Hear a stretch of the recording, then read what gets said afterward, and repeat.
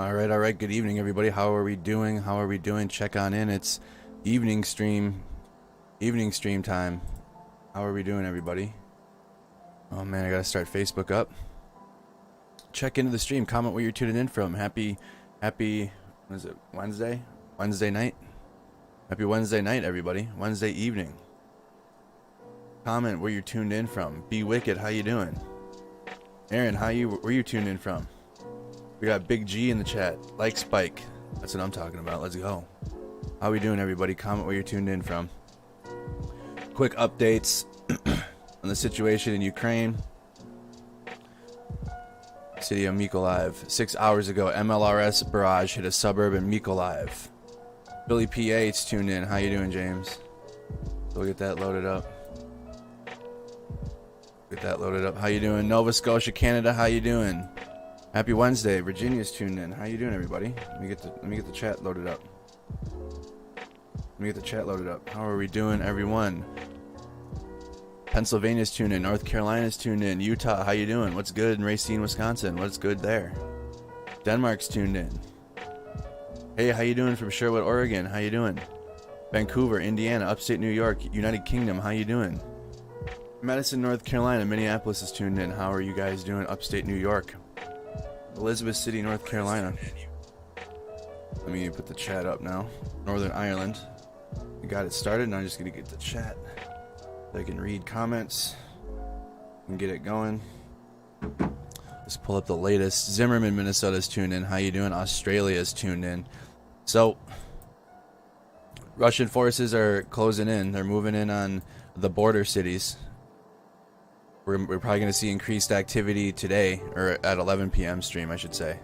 I got to speak in terms of Ukraine time. So when I say today, I mean Ukraine time, because it's 1:32 in the morning in Ukraine. This is just our prime time recap stream. They're showing everything that you guys might have missed overnight. Let's see what it is. I gotta find my recap video. We have a good recap of any of the conflict that happened the day prior. I'm gonna pull that up for you guys. We got New Zealand tuned in. Winnipeg, Manitoba. How you doing? I can't find it now. We have Speak the Truth to look at too. Oh, it was in this.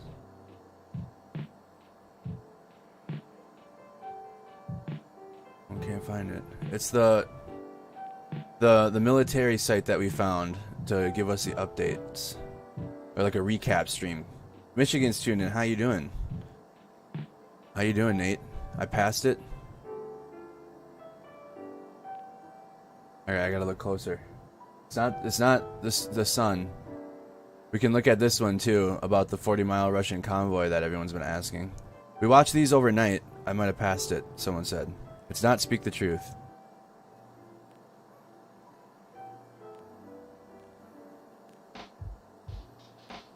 New York's tuned in. How are you guys doing? How is everybody doing? Recap stream. Any breaking news that does come out, we'll be able to cover when we're here. Got the MLRS strike up. Trying to find the one video. Our news was showing the Children's Hospital. That is the other breaking news too. It's like the video today is like 14 minutes long. That's not right. I can't find it. Maybe post it in the Discord server. Post it in a military. Yeah, thank you. Military Clips Unedited. That's what it was. We just found it yesterday, so it's a new source. Military Clips. There we go. And they do a good job not putting in any gore or blood or death like that in the video. Ukraine combat footage. So let's just double check. Actually, I know there's one video that I messed up yet. So this video, no. One video where he goes through all the equipment, I have to make sure, because I missed that yesterday. The video where he goes, I gotta make sure these videos. Some of them, again, I can't show. But this channel has been doing a good job of not putting anything too graphic in for the combat recap. Hold on. Yeah, I think this video would be good. Just went through it quickly. If I see anything, you know, it's not intentional. Just letting you guys know, not intentional. All right, so this is shout out military clips unedited on YouTube. Highly recommend them for going and watching the, you know, not necessarily like a clean combat footage recap, but it's not like not one that's gonna make you sick to your stomach afterwards. It hits the main clips that we watch through the night and breaking news that happens, but it's not showing like somewhere like the Reddit would be showing or anything. So we're gonna watch this quick. Ukraine-Russia war. This is anything you guys might have missed overnight from the conflict, and then we'll see some of the breaking news that's coming out right now. So we'll catch you guys back up. Anything you might have missed. All right.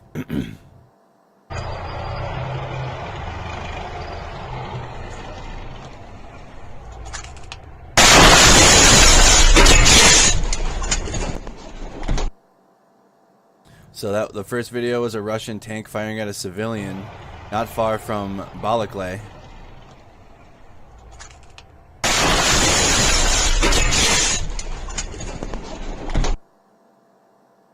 Javelin ATGM destroyed a Russian tank.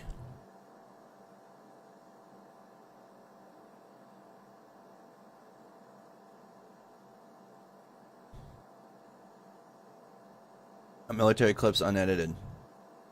But they don't have clips that are too graphic.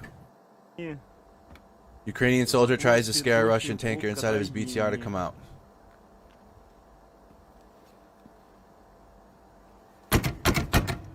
Guten Morgen, Russian Schweinesoldaten. Вылазьте, блядь. Вылазьте, сука, и будете жити. Ukrainian soldier with brand new German Panzerfaust 3. Что там говорили, умрем, а мы еще до сих пор живы. С вашими. Алекс. I haven't seen any Panzerfaust being used. Все живы, здоровы. Ждем ваши танки. Давайте, ребята. Нам трофеи. Ukrainian soldiers in the Azov battalion seen from a Russian drone. They're on the rooftop. This is a Russian drone seeing the members of the soldiers from the Azov. What's he got, a 50 cal position up there? No, he's in a... Did he just get word he's on the... Oh, I bet he just got word he's on the... So again, this is recap footage from anything you might have missed from yesterday. Or from overnight. Of course, David. And then, if you want to see all these clips when they happen, you're going to have to tune in overnight now. You want to see these clips come out. Ukrainian soldiers from the Azov seen from the Russian drone. The Azov battalion's near the Donbas.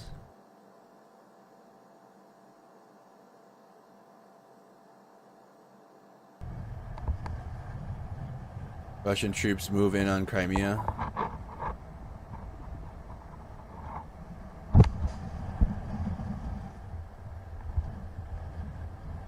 I do try to show anything we can from the Russian side. It's hard.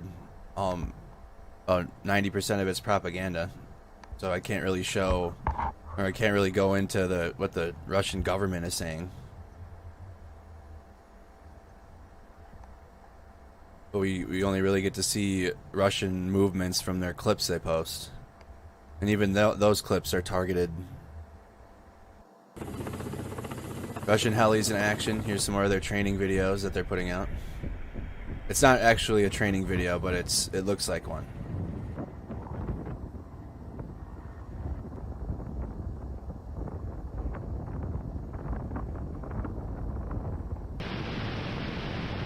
Hey, John. What up, Barry?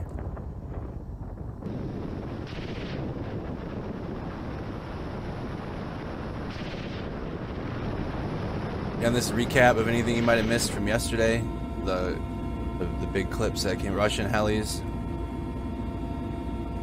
So these are clips Russia's putting out, again, which makes it look like a training exercise and a special military operation. Here's more of that So this is videos coming out of Russia.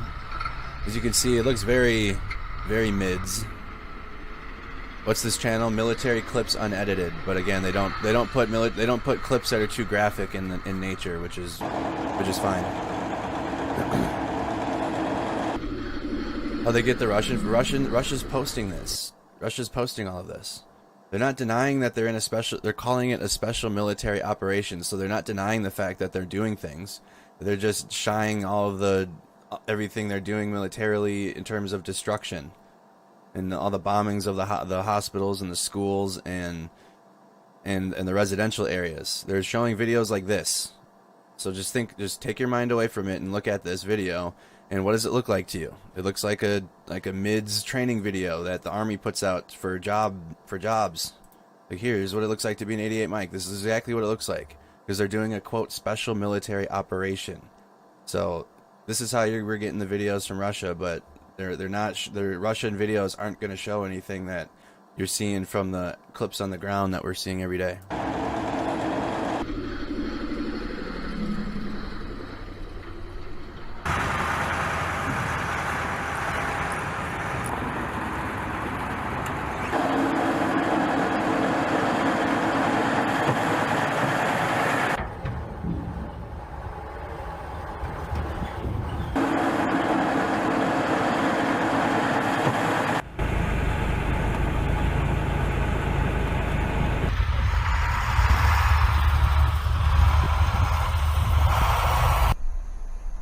Moving in an unknown location. Russian soldier. Can't read that. I wish they'd use different letters.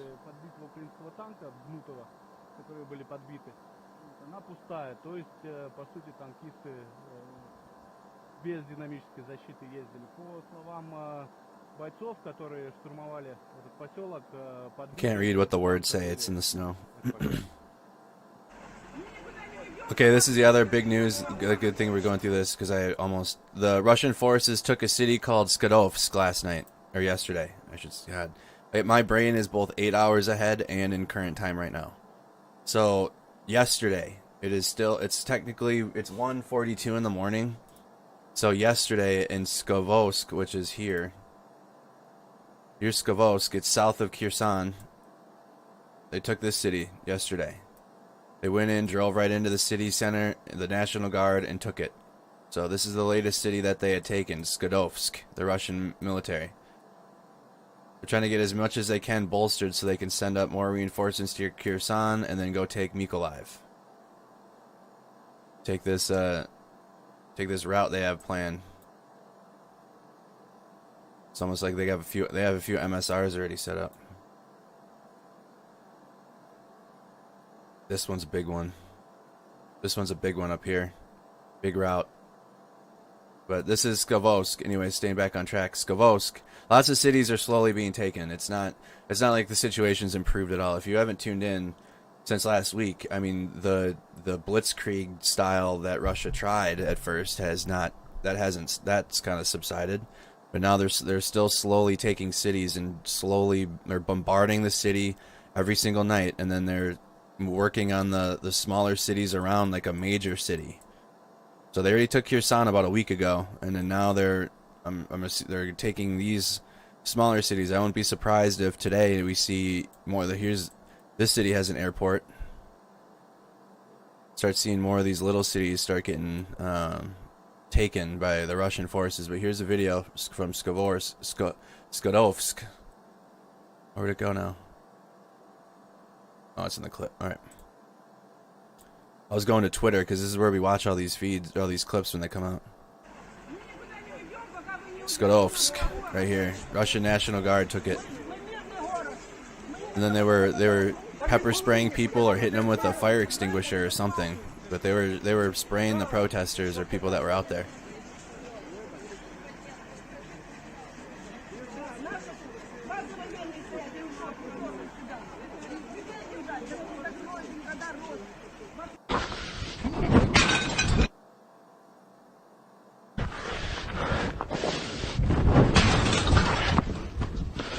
I don't know why people allegedly unsure. So this could be anything. This could be a video of somebody doing anything. So we're gonna skip past this because I don't need it. Allegedly and unsure in the same sentence probably shouldn't be presented.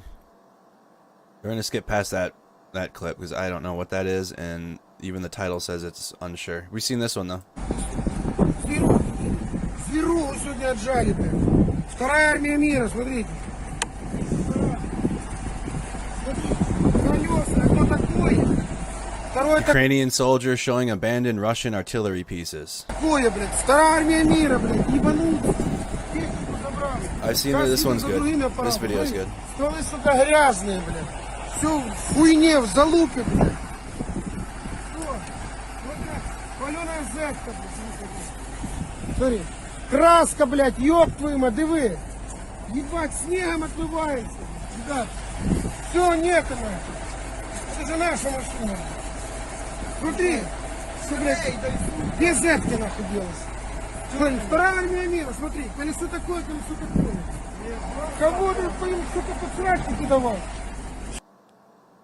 Alright, destructions at Balaklev. So again, this just goes and shows you guys like how much they're really leaving their equipment behind, and even when it gets damaged. And I'm making an assumption about the Z. Again, the Z unit is Eastern Military District. It's becoming a symbol.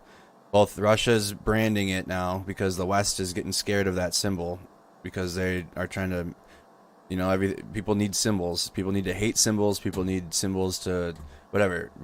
Humans need symbols. So the Z is the Eastern Military District. I do this every stream because as the more we go, the more Western media is going to get you to hate the letter Z, and then Russia is going to propagate it and make it so they're going to brand it to make the West hate it and make it almost like cancel. You get canceled if you're going to use the letter Z. I can see that coming. I can see that happening here soon. Letter Z. Here's all the letters on the trucks for those that still don't know. There's different letters on the trucks. It's not just the letter Z. The letter V represents the Russian Marines. The letter Z represents units in the Eastern Military District. That's all it does. It represents units in the Eastern Military District. But now, since that Z is on a lot of vehicles, a lot of vehicles, the West has like taken that and like, whoa, what's up with the Z? Oh, what's up with the Z? What's the meaning behind the Z? They're trying to like do a symbol thing. They're trying to make it into something it isn't. And then now Russia's like, well, you know, we're losing this shit. We're losing this war. We need to rally behind this symbol now. And now you'll see videos of Russia they're wearing T-shirts with the Z on. They're amping it because the West is scared of it. And it really is just representing the Eastern Military District. That's what it is. But I also, now this is my assumption. This is me. I don't know. I don't have any fact behind this, but a lot of the units in the Z unit are like cannon fodder. Videos of the Z tanks getting just left behind, equipment getting left behind. They're all over the country. I really think that the Eastern Military District units, like they're new guys, or like little or hardly trained. They're not trained well. They're not trained up on this equipment. Whereas, like, you see the V vehicles moving, you don't hardly see any of the other vehicles broken down of the letters. So it's like I feel, and again, I don't have any fact for this yet. We're still gotta wait. But the letter Z vehicles are like the new soldiers, or people that aren't trained as much, and they're leaving equipment. They're not servicing it. They're not even trying. They're literally leaving it. So. What a way to turn your worst unit you have out there, but you have plenty of it, into the most feared one out there because of the symbol. I don't know. We haven't heard any. Russia denied using conscripts, but I've also heard. I got to look up that story now too. We'll do that. I'm getting sidetracked. It's hard with all this going on.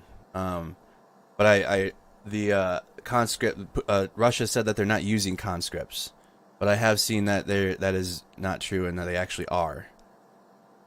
So they've turned that Z unit, which consistently gets destroyed and leaves equipment and is not good, and they're making that Z unit into like a feared unit for some reason, because it's propaganda.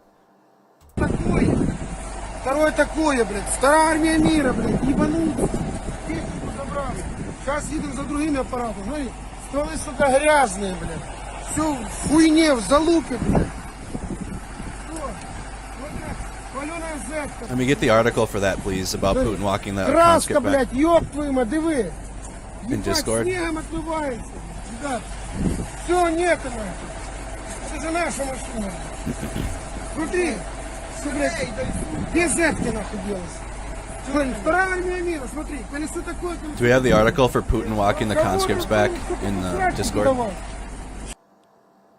In the war room? So this is destruction at Balaklev. Again, this is all clips that happen at this time of night. It looks like this in Ukraine right now. Right? It's nighttime. Nighttime. When you guys tune back in at 11 p.m. tonight, it'll look like this. No, not as it's kind of evening time there, but it'll be light outside in the feed because we have a live feed of Kyiv as much of the day as we can. But this is live in Kyiv right now. Nighttime. So this video was from the night prior. Balaklev, where's that?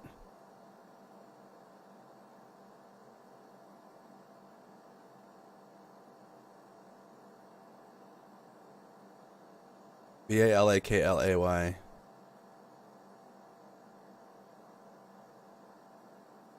That's not right. Oh, it's in Crimea.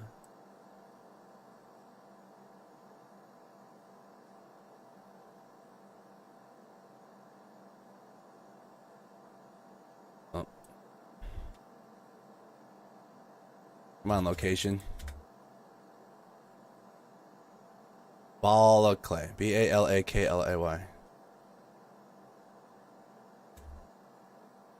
In Kharkiv.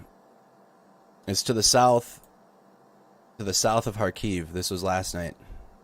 Which, at 11 p.m. we will get videos and clips from any bombardments that happen tonight. Because again, it's technically tonight right now. They're 8 hours ahead. Alright, Balaklev, it's just south of Kharkiv, the border city that gets shelled on a nightly basis. There's already been reports tonight too. We'll go over some of the latest stories after we're done here with the recap. But this is Balaklev, a Kharkiv suburb. City of Kharkiv gets shelled on a nightly basis. Georgian soldiers in Ukraine service capture a BMP-2.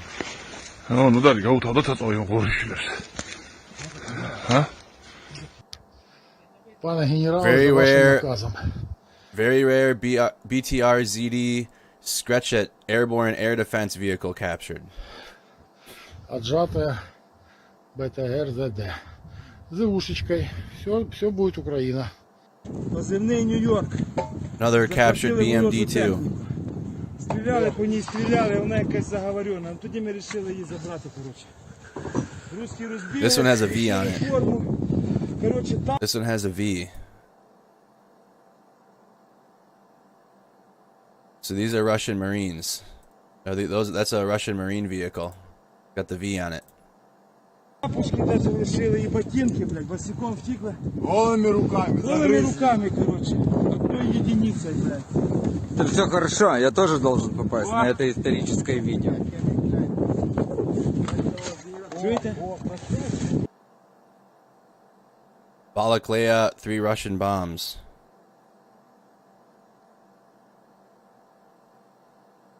Белорусская рота. Незалежне військове формування Belarusian soldiers in Ukrainian service. виконує задачу в обороні Києва. Кінцливий рост у наших шерегах дозволяє нам сказати сьогодні усім білорусам, що ми формуємо особний білоруський батальйон ім'я Костуся Калиновського. Усі бойові групи, де є білоруси, виказали згоду приєднатися до формування батальйону. Білоруси готові обороняти Київ. Ми чекаємо на вас. Увесь час проводимо навчання. Формуємо бойові групи на місці. Кожен займається задачами по своїх здольностях.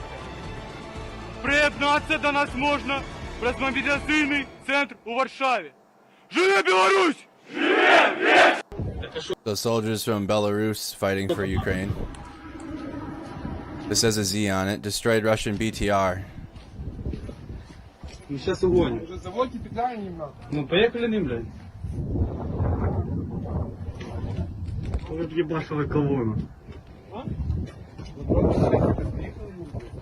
Как там следить? Так, всім бажаю здоров'я, дивіться. Ось Captured Russian IFV. техніка орків. Від нас, від хлопців. І за кого? І за кого? Правильно. За перше місце, за нашу столицю, за Київ. Ось. Все покидали, повтікали від наших козаків. Хочу вам привіт передати Збройним силам РФ. Дякуємо за озброєння, воно нам дуже потрібно. Нам можна з ножом йти на ворога, так що дякуємо. Почаще приходьте. Ось знімаю, показую вам все. Вони п'ють алкогольні напої, подивіться, тут рева банка лежить. Там 2 банки навіть. Так. Банка рева, банка кофе. Я думаю, ми техніку заберемо. Вона нам пригодиться. Відремонтуємо. Будемо бити ворога. Explosion at Balaklia. Ух ты, блин. Yeah, these are all clips that happened the Вот night так куда-то prior. полетела за завод. Я не знаю, берегитесь, ребята.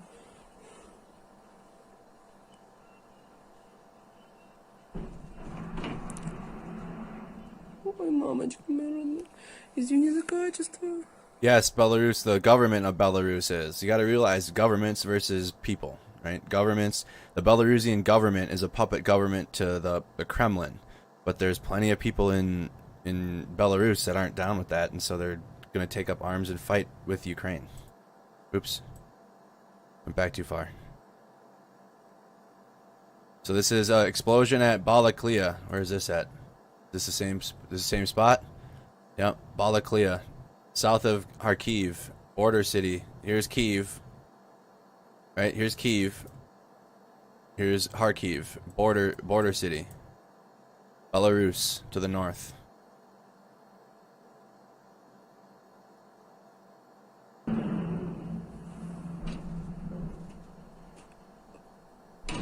Вот так куда-то полетела за завод. Я не знаю, берегитесь, ребята.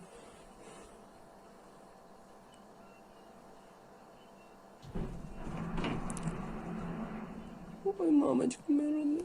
Извини за качество. Но это не я, это телефон.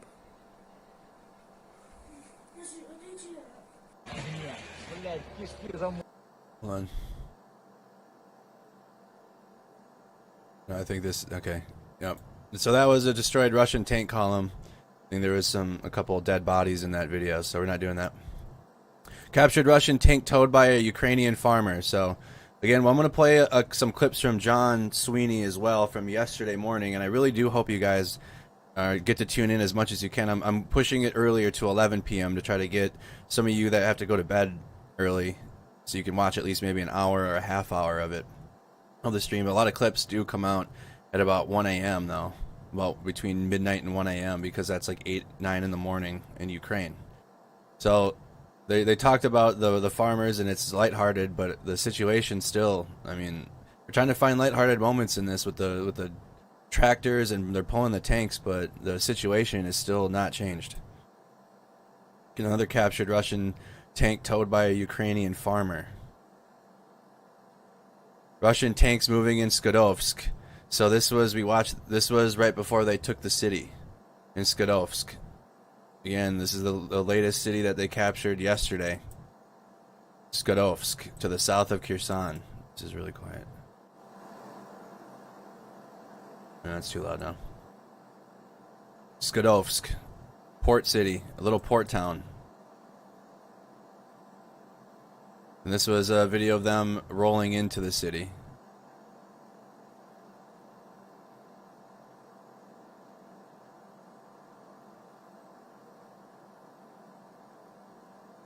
Yeah, the Ukraine morale is high. Yep, the morale is high.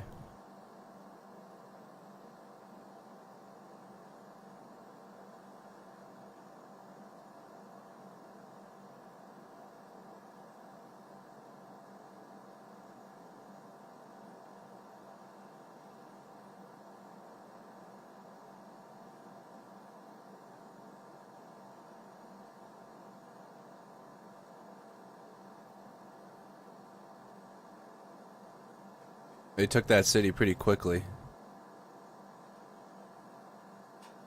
I don't think they didn't face any force. I'm wondering if that's going to be a part of their strategy next for tomorrow, is start taking cities where they can move in and take it pretty easily.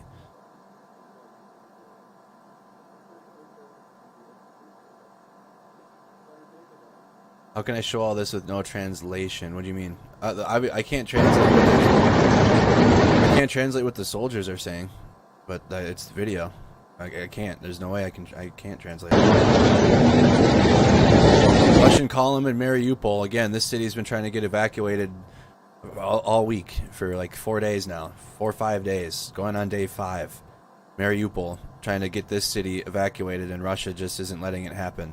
They continuously come to agreements in their peace talks for a ceasefire, and continuously just they haven't ceased fire.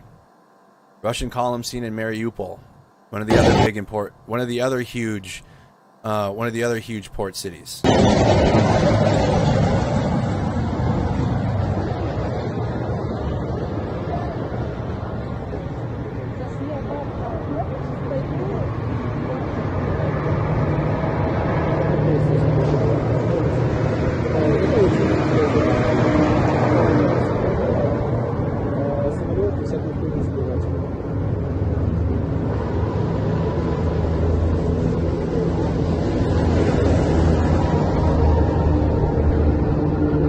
As you can see, I mean, this was yesterday, right? This is yesterday.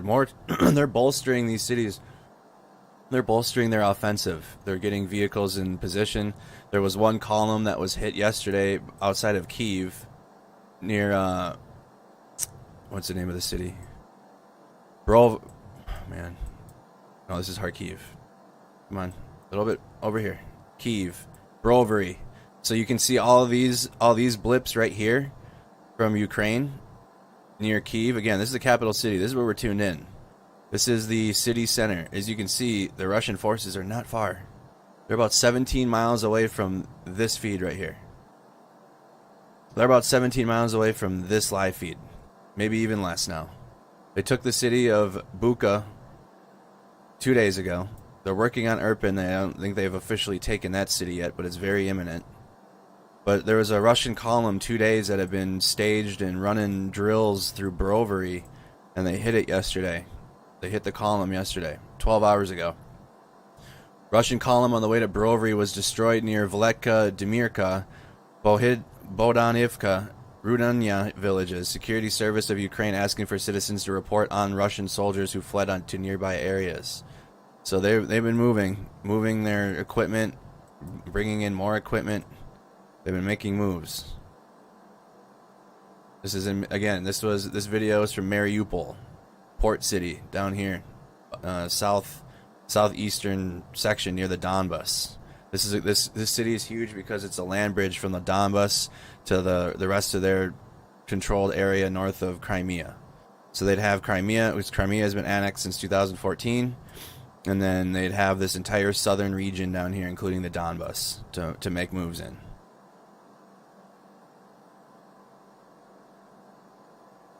Go back. Some of these clips are coming from Military Clips Unedited. Again, they do a good job of putting together clips that aren't gore-ridden or gore-filled. They do the best they can. It's not graphic clips.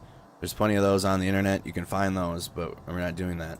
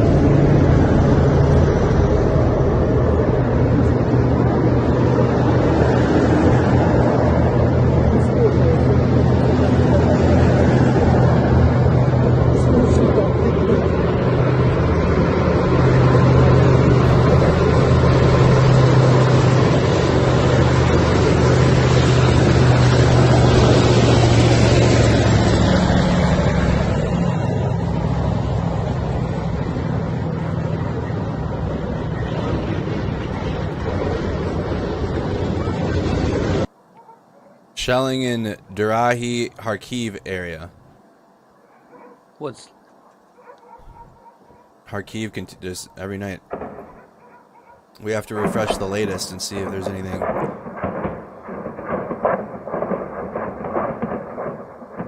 Anything new from Kharkiv.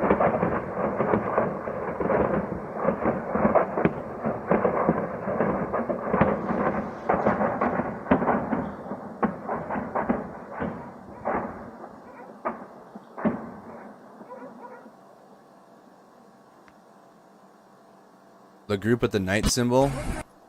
This group. These are Belarus soldiers.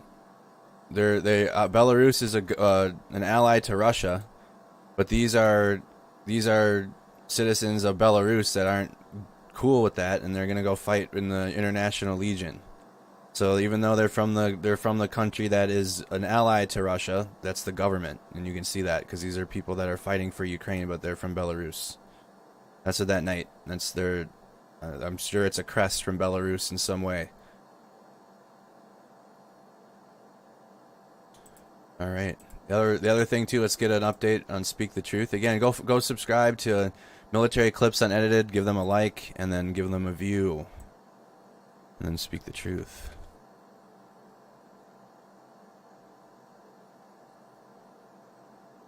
I Speak the Truth has been doing an excellent job too. How are you guys doing? They ran a feed last night 6 hours ago. So he does an excellent job. Again, Speak the Truth about military tactics and military related insight and information. He gives his insight and his opinion, but he knows what he's talking about. So this is the person we've been going to, Speak the Truth on YouTube and their channel, for any military related insight and updates to what the Russian military could be doing, will be doing, or have been doing. All right, let's tune in. Again, give this channel a view, and I know a lot of you guys already have, but continue. Speak the Truth, and go give them a view and a like. How are you guys doing? And welcome over here to the channel. If you guys are new, please do me a favor and subscribe. We're doing multiple videos every single day on the Ukrainian conflict because it's ever changing. As you guys do know, I do a lot of map stuff. So right out the gate, we're going to go over here and look at the map.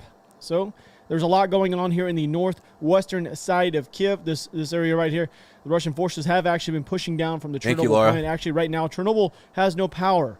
Right now, they can't even tell you guys what's going on there. The same group of 12 Ukrainians have been working the plant since the beginning, but there's no power currently in the area.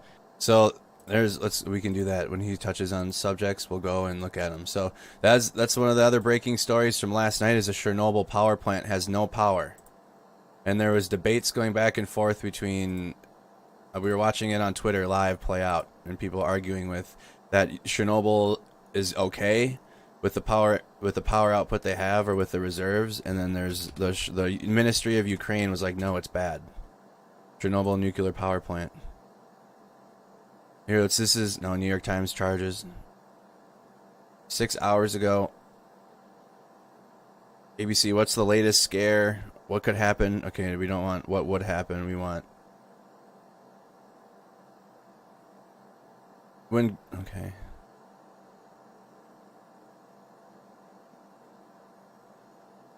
The physics of the cooling rods. So, okay. The Swedish Radiation Safety Authority. So anyways, I know I'm jumping around. I'm sorry. There's just a lot on my mind. In the early days of the war and the invasion, Russian forces had seized Chernobyl power plants. Chernobyl power plant and the nuclear reactor number 4 in 1986 that almost caused, or it did, in Pripyat. That whole city had to leave, and it's overgrown. But it almost caused a worldwide nuclear issue in 1986. And so in the beginning of this invasion, they seized that power plant. Russian troops did, and the workers have been captured since. They haven't been working. Thanks, Robert. And so now they haven't had power, and that was the latest breaking from yesterday, was that the Chernobyl nuclear plant doesn't have power. And so there's been back and forth between Ukraine side, which they're gonna do what they need to do to get the help they need. But then there's the reality of it's not being an imminent danger, no immediate danger seen. So I can give you some background, the physics of cooling fuel rods. Who are they interviewing though? I want to know who the person they're talking to.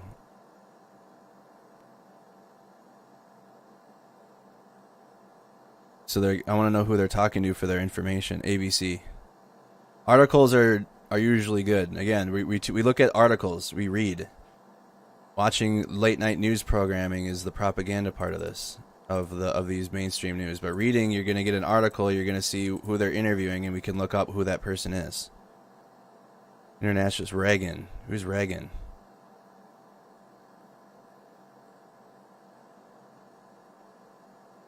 Edwin Lyman, Nuclear Power Safety Director at the Union of Concerned Scientists.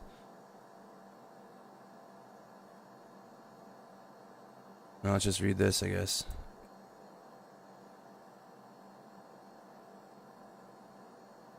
Chernobyl power plant. The Chernobyl plant, which closed in 2000, has fuel rods containing 230 kilograms, 500 pounds, of uranium, and they are submerged in water at least 15 meters, 49 feet, deep, with an active cooling system, said Frank von Hippel, a Princeton University physicist who co-founded the program on science and global security. The general worry was that the power outage would cause the cooling system's backup generators to stop. The radioactive fuel rods would heat up and boil away the water that also helps cool them, raising the temperature to 800 degrees Celsius, 1,470 degrees Fahrenheit, and causing a fire. So that was the concern. That was what the general worry was of not having power. I'll read this again. The general worry was that the power outage would cause the cooling system's backup generators to stop. The radioactive fuel rods would heat up and boil away the water that also helps cool them, raising the temperature to 800 degrees Celsius and causing a fire. But that's pretty unlikely in the situation because the fuel is so cool, said Edwin Lyman, Nuclear Power Safety Director at the Union of Concerned Scientists. Even that improbable worst-case scenario, it would take weeks to months for the 2,000 fuel assembly pieces in the Chernobyl deep water pool to boil away, added von Hippel. So it's pretty unlikely in the situation because the fuel is so cool. How long is that going to last, though? Okay, next sentence. Hippel. Such heating would be very slow-moving if it ever gets there, he said, calculating that it would take about 40 days for the pool to dry out. So it would take 40 days with the power out right now if they don't do anything. So if they don't do anything in 40 days, it would dry out. Out. In normal circumstances, cooling fuel rods lose a massive amount of energy and radioactivity by a factor of 10 every 7 days, said Patrick Reagan, nuclear physics professor at the University of Surrey. He said the current scenario wasn't like the 1986 Chernobyl meltdown or the disaster at the Fukushima plant with fuel rods so fresh and hot that you need to keep water flowing through continually. After the Fukushima disaster, which was caused by an earthquake and tsunami, the Ukrainian government commissioned a study to look at the meltdown potential from power loss to the cooling of rods. The study found that it wouldn't be possible for the cooling water to reach boiling temperature and the fuel rods would not be uncovered to start a real meltdown. Okay, so they did further studies after Fukushima. So the general worry, in general, in conclusion, there isn't a concern within the next 40 days. So if they have no power, they're good for 40 days. And then after that, we'll have to reassess and see what the people that know what they're talking about from the Union of Concerned Scientists have to say. So the general worry was that the power outage would cause cooling systems backup generators to stop. The radioactive fuel rods would heat up and boil away the water that also helps cool them, raising the temperature to 800 degrees Celsius, 1470 degrees Fahrenheit, and causing a fire. But from the Nuclear Power Safety Director says that's pretty unlikely in the situation because the fuel is so cool. So the Ukrainian government was amping it yesterday, which, I mean, they're getting invaded. The country's being invaded. They're gonna make every situation dire. And again, I mean, 40 days. They only have 40 days without power before. Who knows what could happen then? But right now, they're not concerned. Pretty unlikely. Even in the improbable worst-case scenario, it would take weeks to months for the 2,000 fuel assembly pieces in the Chernobyl deep water pool to boil away. So I'm hoping they get that power back on, but right now it's not an immediate concern. All right, so not an immediate concern with the Chernobyl power plant, but the power's off. So I mean, I don't want my power off at a nuclear power plant. So take that. It's bad, but it's not immediate danger. So no one really knows what's going on at the plant. So here you guys have an understanding. There's Bucha, Irpin, Hostomel, all that area has been heavily contested over the last 12 hours since the last making this video. They have annotated and updated this map. As you can see right here, this route coming through was added, and it is actually correct. On this northeastern side of Kyiv, as you see right here, they have been trying to push through all morning. We'll go ahead and just zoom on over here. As you guys can see, Izium, Kharkiv, a lot has been going on there over the night here in America, the nighttime here. Mariupol, completely surrounded 100% and up into here. We're actually going to change this up a little bit in this region here later on in this video. As you guys can see down here, these big heavy-duty lines just annotate the amount of Russian forces that are in that area. There's a significant amount, and I believe they're actually using Melitopol. I believe this is actually one of their staging areas. So we'll go over that here later on. So the Russian losses as of March 9th, you have just around 12,000 troops have been either KIA or casualties. And I'm sure he'll say this too, but and this is what we reference, the Kyiv Independent, trying to find more. I'm trying to find more sources for the Russia losses because it should be known that you're not going to get the exact numbers, or they're going to be inflated or deflated based upon Russia giving numbers, which they haven't since March 2nd. They haven't given numbers since March 2nd, and then the Kyiv, you know, they'll amp this too. But they've been, from what he said, from what he can see, and from what U.S. intelligence reports have put out, which they've been around the same numbers as the Kyiv independence numbers, but take those with what you will every day. So a lot of people are having a hard time believing these numbers. Like I said before, they're actually really not too far off from what I can tell. The Washington has actually came out and stated there's around 4,000 KIA. This is Speak the Truth on YouTube. Rob is a combat veteran, and he usually has his partner on to talk, but he hasn't been there in a few days. But they break down just the military tactics and what's happening with the military side of the war. We cover a lot of different things. We go through during the nighttime when we were watching a concert in the Maidan Square last night. What time was that at? Like 2 in the morning? They had a concert out there. So we try to give as much to this as possible, and the military side of it is still, you know, understanding what the Russian military is doing, what the capabilities of their military is, where they're at, what they're doing. That's all happening, even though we're watching the humanitarian side of things and, like, you know, trying to keep it as light as we can. This is all still, the Russian military isn't stopping. Russians, that is. So if you're looking at 12,000 wounded and KA, it's not really a far-fetched number. 49 planes, 81 helicopters, 317 tanks, 120 artillery pieces, 1,070 APCs, armored personnel carriers, 56 MLRS, 2 boats, 482 cars, 60 fuel trucks, 7 UAVs, and 28 anti-aircraft warfare. I will say, which is kind of strange, is the number hasn't changed on fuel trucks from here. I think over the last 4 days, I've not seen the fuel truck number change, and I know that that's not a real stat because I keep finding video proof of fuel trucks being taken out in convoys. Anyway, that one hasn't changed.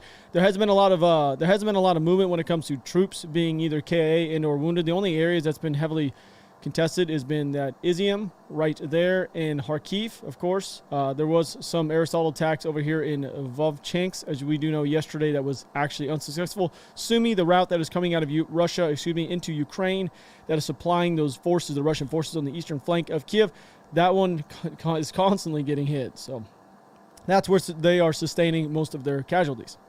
So we're going to start this video off with this video, I guess you would say, with evidence of Russian soldiers actually starting to fly these Soviet flags once again on the back of their vehicles. I'm surprised that the military unedited clip didn't include this. Thank goodness we go through these, because I forgot about that. Forgot about if we can find that clip on its own of the Russian military advancement, and they're moving, but they're flying Soviet flags on their equipment. I'm surprised the military clip didn't include this one. We've been seeing this too. They've been since day one when we were watching them actually bring all their vehicles into Ukraine through Crimea. A lot of them had that flag on there.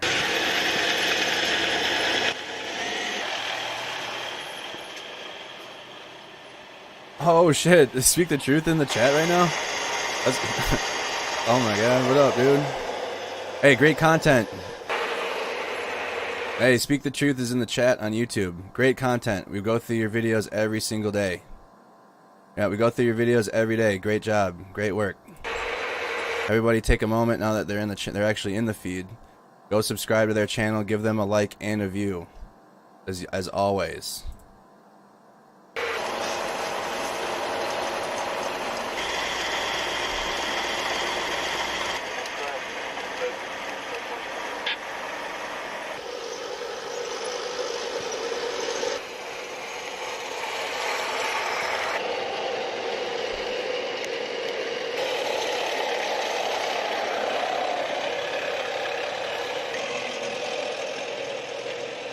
So that's actually the second time I've seen videos came out of Russian forces using the Soviet flag in their convoys. But Russia actually took a major loss today. Another big commander.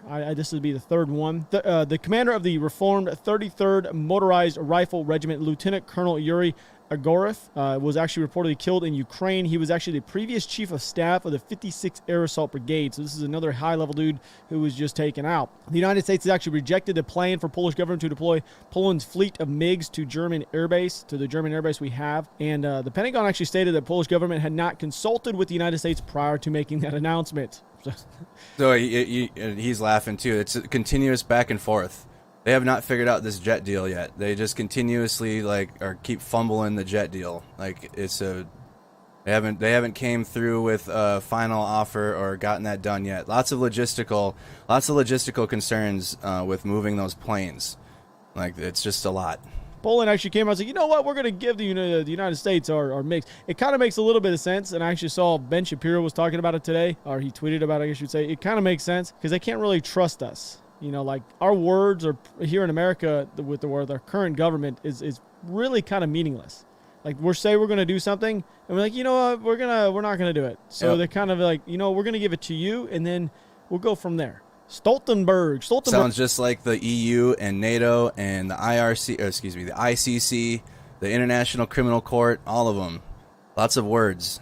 The U.S. said no. So lots of words, and then it's like, here's a great idea. Now you figure it out. Here's a U.S. backed idea. It's so good. Here you go. Here you go, Poland. Figure that out. Who's actually the Secretary General of NATO, has warned Russia that any attack against NATO countries or NATO territory, it will trigger an Article 5. An attack, this is what Article 5 is, by the way. An attack on one member of NATO is an attack on all members of NATO. And this statement really is just coming out because they're currently concerned that Russia will hit any targets that are currently supplying the Ukrainian military with the munitions to fight against them. So that's think about Poland, all these munitions, or they don't want to give the MiGs directly to Ukraine, or they don't. Like that's one of the big concerns right now is how would they give these 28 MiGs that Poland has to the Ukrainian forces. Now, I will say over time that these MiGs out the gate would be a big deal, mainly because of all these supply convoys. I mean, imagine that 40-mile long one right now. If they have an additional 28 MiGs, that 40-mile long convoy is a little bit of hot. Facebook's asking what this is. Speak the Truth on YouTube. Do 2 videos a day, and they actually run live feeds too as well of at nighttime occasionally. Does a very good job. They've been in they actually were in our feed right now. He's in our feed right now on YouTube. So go support their channel.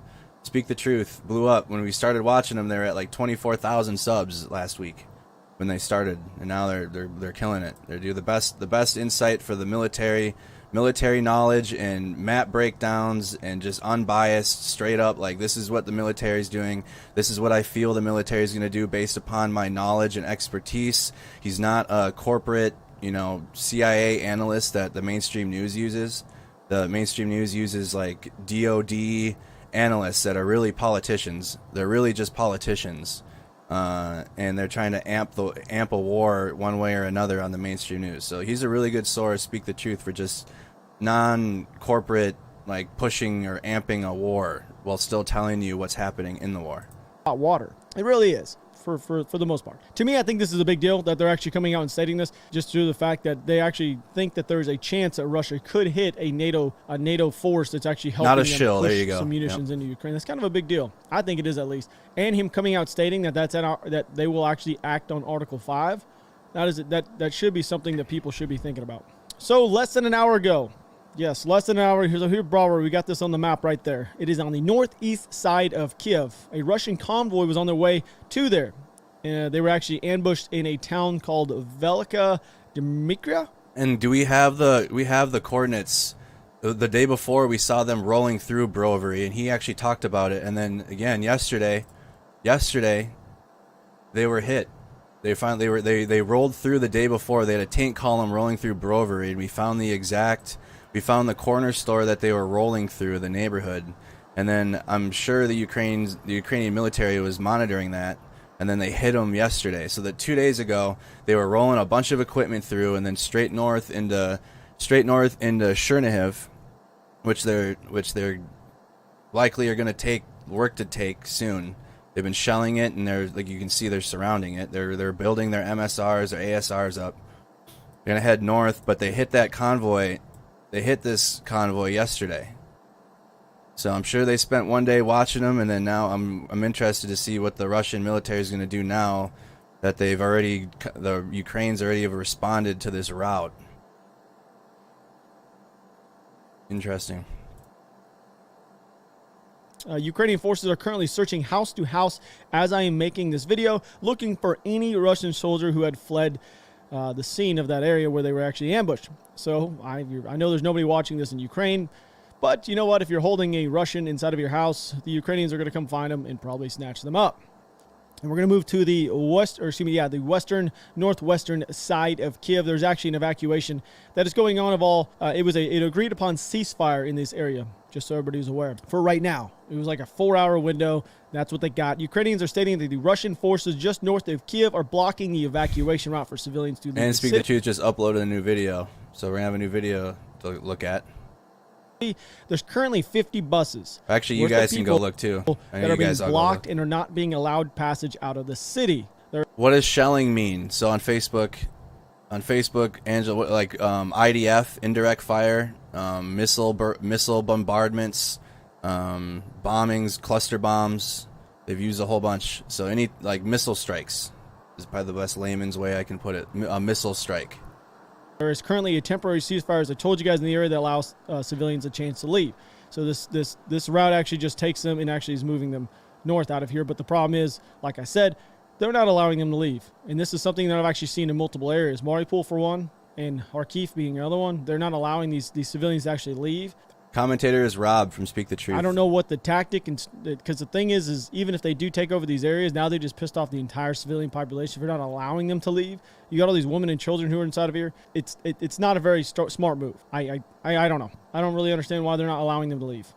The one thing I guess you could think about it is they're keeping them in there will actually take away the supplies like the food and water and everything faster inside of those cities, and maybe forcing them at this point to give up because they don't have enough supplies to go around. The more people in there taking up the supplies, the less likely they are to last a long time. I don't know. Some good insight or guessing of what that could be. Again, it is so unclear why Mariupol, why they continuously do not let the city evacuate. They work out a deal. They work out a deal with the Russian military, or with the Russian side, the delegation, to be able to cease fire and get their civilians out.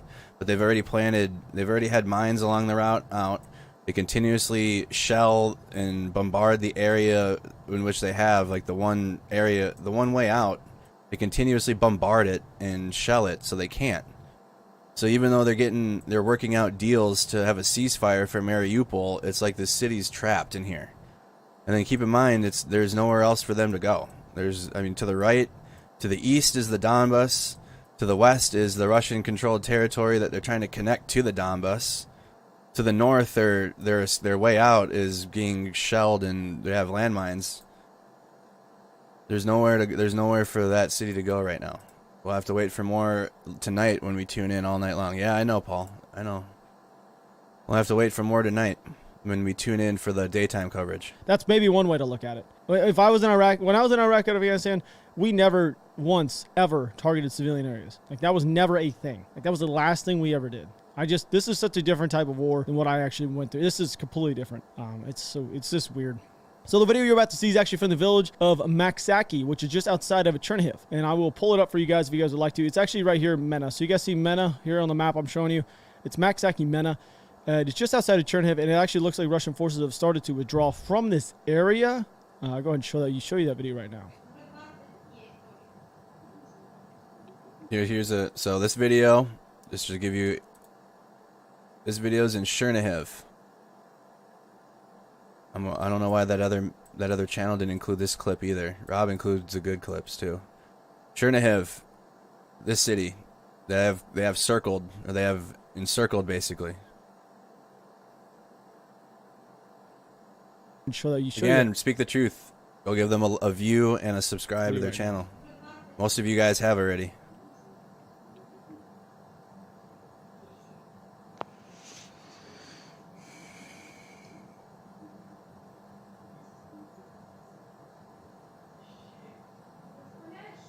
And the only reason why I could see them withdrawing troops from this area is the fact that they consider it not to have any really big strategic advantage, because the route going through there doesn't help them accomplish the mission, of actually taking Chernobyl. So if they're taking these forces and they've actually started to push them back out of here, they don't see any strategic advantage to actually hold it, because now they have this route coming through.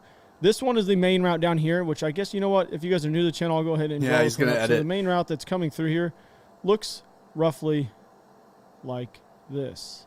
Okay, so that black route that is going in that you just saw me draw, that is the one that the Russians have been taking to bring in their supplies out and around of Sumy, and they're coming through. Now, we have stated a few times that there are Sumy is pretty heavily fortified. These blue lines you guys are seeing are Ukrainian defenses. Okay, so I'm just going to draw them up so you guys have an idea.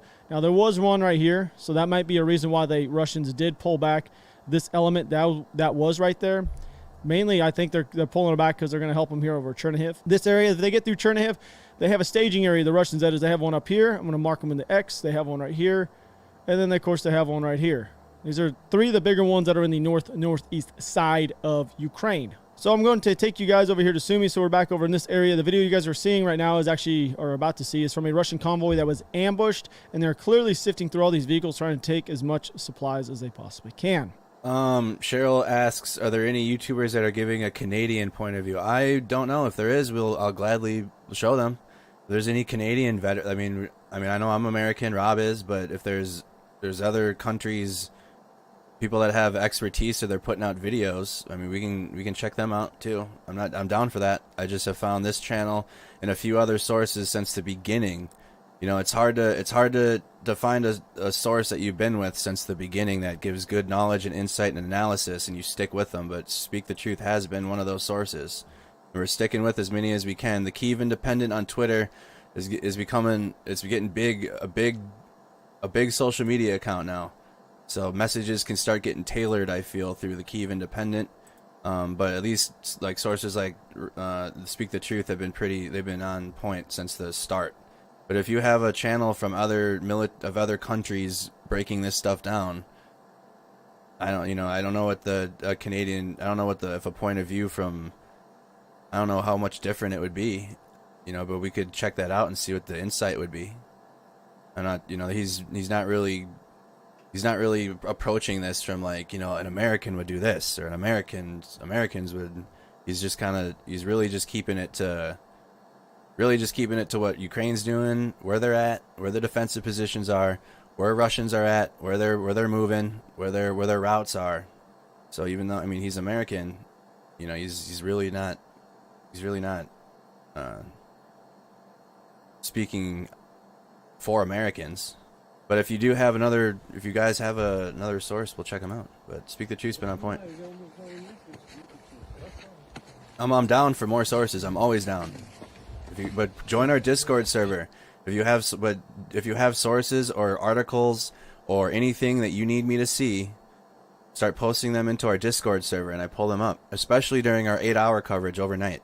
We go through. I pull up clips and videos the whole night because we're live all night long. Right now we're going. This 5 p.m. to 8 p.m. Central Time is a recap stream from anything you guys might have missed from the overnight stream, and then at the end I'm going to go through any breaking happenings, overnight happenings.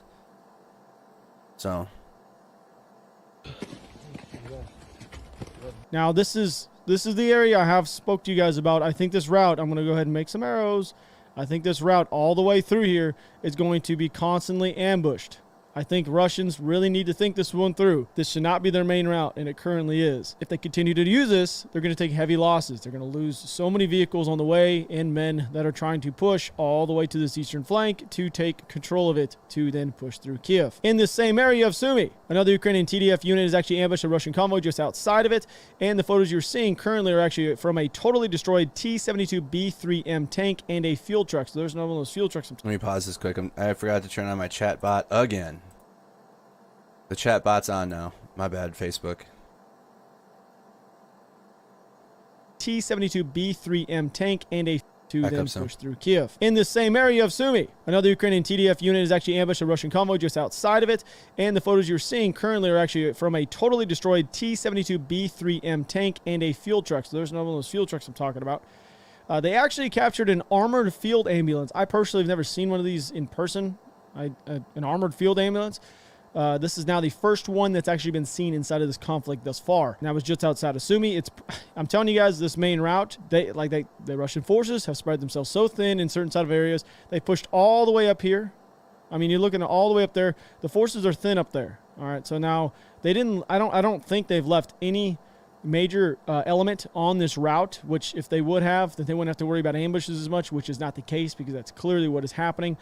And again, that route on our map that we're checking is this one right here. The big, the arm kind of looks like a claw that they have on our map. But that's what this at the top, that route right here. Thank you, Nora. Thank you for that on YouTube. Thank you, Nora.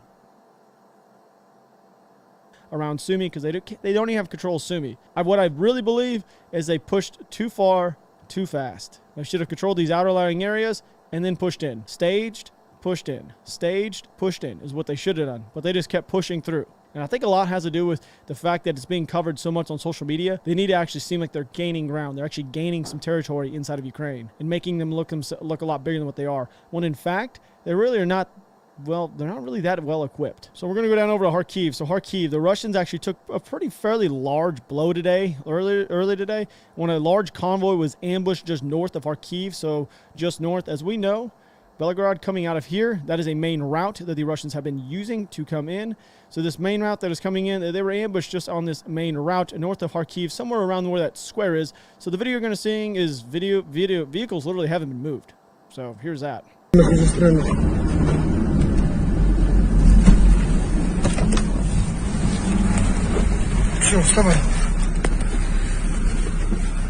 think this is the video with the. I'm gonna have to fast forward through this. All right. So this it's just a down convoy. There's a bunch of equipment that they're looking at, but at the end there's a body that I missed yesterday, and I'm not gonna do that again. I guess they possibly could, but they don't. It's gonna take some time. But with that being said, if they haven't pushed these things through, guess what? If they don't do that if that's sitting there for a long period of time, and the Ukrainians know that, they're just going to set up there again. Because guess what the Russians are going to have to do? They're going to have to move those vehicles to get in. If they come in to move those vehicles, they can then get ambushed once again. And this could just be an ever evolved. This has just become a major choke point in the north side of Kharkiv getting in there. A Russian reconnaissance group, by the way, was reported attacked a village of Androvika, which is just south of Kharkiv. Just over the last couple hours. And I'm going to tell you right now, that didn't pan out too well. I'll go over here to Google Earth so you guys can tell or see this thing. So here is Androvika right there. It is actually red. Oh, you can see there's a supermarket there. But it's on the main route, P78, that is coming out of Balaklia right there. And it is actually, of course, it's on the main route, but it's directly south of Kharkiv. So it's actually just south of Chuihiv. So Chuihiv was actually taken back by Ukrainian forces. So this area is Ukrainian. This is the area I'm talking about where they just repelled that attack. Kharkiv is pretty much fortified all the way around it. Just something like that. They continue to shell it. They continue to bombard it, but as Rob's saying, it's secure around the city.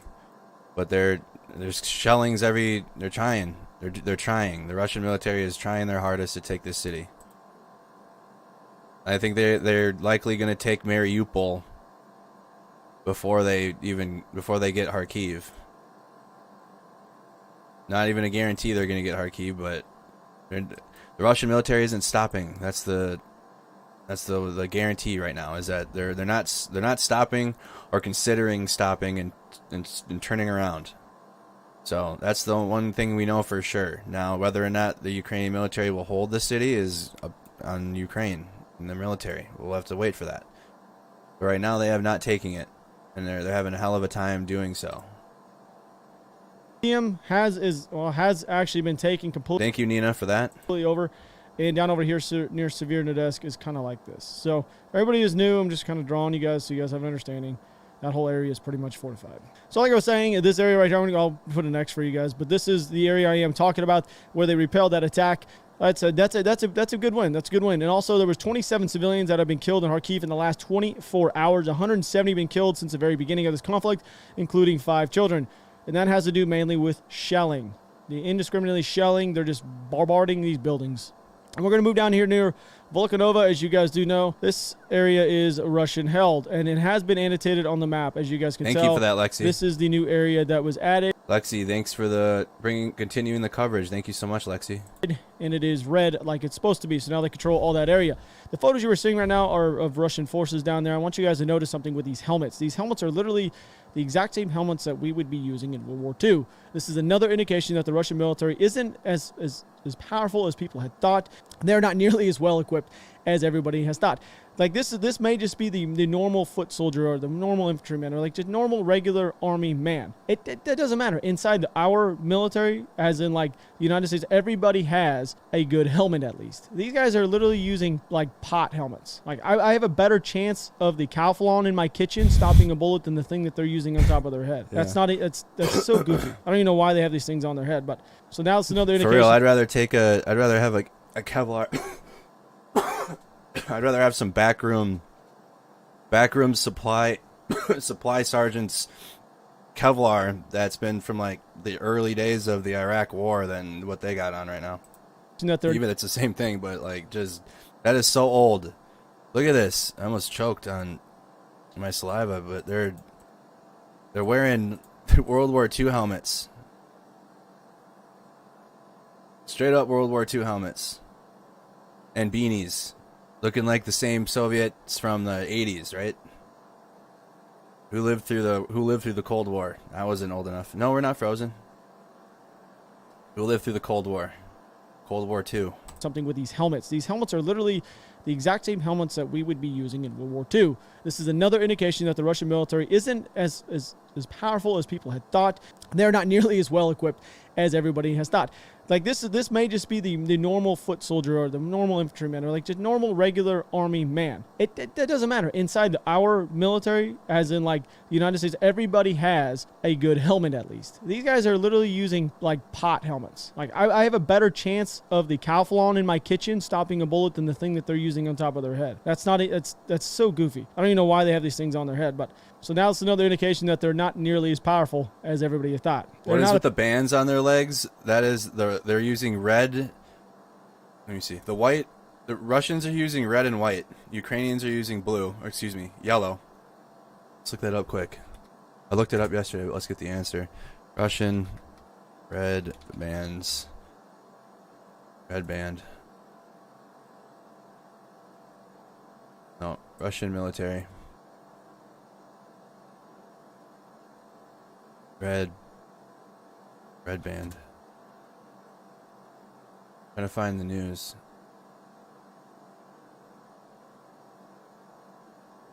Let's do this one. Russian military. White band. They use red and white. I saw it. Proud band of Ukrainian troops. Oh man. I had the article that explains the two different colors of the soldiers that are using the red band and the ones that have the white. I can't think of it right now. If you have it on Discord, post it there. I had it. We'll come back to that one. I'll remind me later. I'll look up that article about the difference between the blue and the white and the red. A paper tiger by any means. I've seen this a few times. They are powerful, but they're not America powerful. Let's just be honest. I couldn't imagine if I saw some dude running around with a tin helmet on. Like, you realize it's 2022, right? Like, what are you doing wearing that? That's not going to do anything. The Russian army is actually filmed in Zaporizhzhia, so we're going to move here a little bit west and go over here. So you guys know this power plant that's outside of here. They took this over about 4 days ago. The video you're about to see is from a Russian network, RT, which is completely owned by Russia. So here you go. Here's that video for you guys to see what kind of equipment they took. 1 second. I know, they wear it on their legs too, though. It's not just their armbands. It's not just on their arms, they wear it on their legs as well, chat. I had it before, a couple days ago. Good morning to you all. Let's do a viewer check-in. We're at 1 hour and 15 minutes again. We're watching a recap of Speak the Truth on YouTube. Everybody go subscribe to their channel. Give this video that we're watching right here a view yourself. I know many of you do already, but go give this channel a view. You're watching it through me, but go to their channel yourself and give them a view and like the video. So shout out to Speak the Truth. They've been doing an excellent job. But comment where you guys are tuned in from on our feed, Mercado Media Productions. This is live right now. Spam the reacts on Facebook and share the stream if you have not done so. Where are you guys watching from? We got Colorado's tuned in. Hello from Hillsboro, Oregon. How you doing, Dave? How are you guys doing? Comment. Where are you tuned in from? Where in the world? Where in the cities? Where in the states? Where are we watching from? Slava Ukraine's tuned in. How you doing? We do have viewers in Ukraine watching, by the way. I don't know. Or from Ukraine. We do have people that are from there or in Ukraine right now that have been watching our live feeds. Alberta, Canada. Yuma, Arizona. Corpus Christi, Texas. How you doing? North Haven, Connecticut. Watching from Kansas. Seattle, Washington. Utah's tuned in. Garland, Texas is tuned in. Asheville, North Carolina, how you doing? Alabama's tuned in. Welcome. Milwaukee, Wisconsin. Minneapolis is tuned in. Jonesboro, Arkansas, welcome. Idaho. Facebook, how we doing? South Carolina. Graying, Michigan. Minnesota. St. Louis, Missouri, how you doing? Welcome, welcome. Sacramento, California, Wisconsin. Kentucky. Kingston, Pennsylvania. How are we doing? New Haven, Connecticut. Kentucky. Hello from Minnesota. Hello, hello. How are you doing? Way up north in Minnesota. Way up north. Tulsa, Oklahoma. Boston, Massachusetts. Eagan, Minnesota. New Brunswick, Canada. How are we doing? South Minneapolis. Virginia's tuned in. Let me see. What is this? Ireland. What is this? Kildare, Ireland.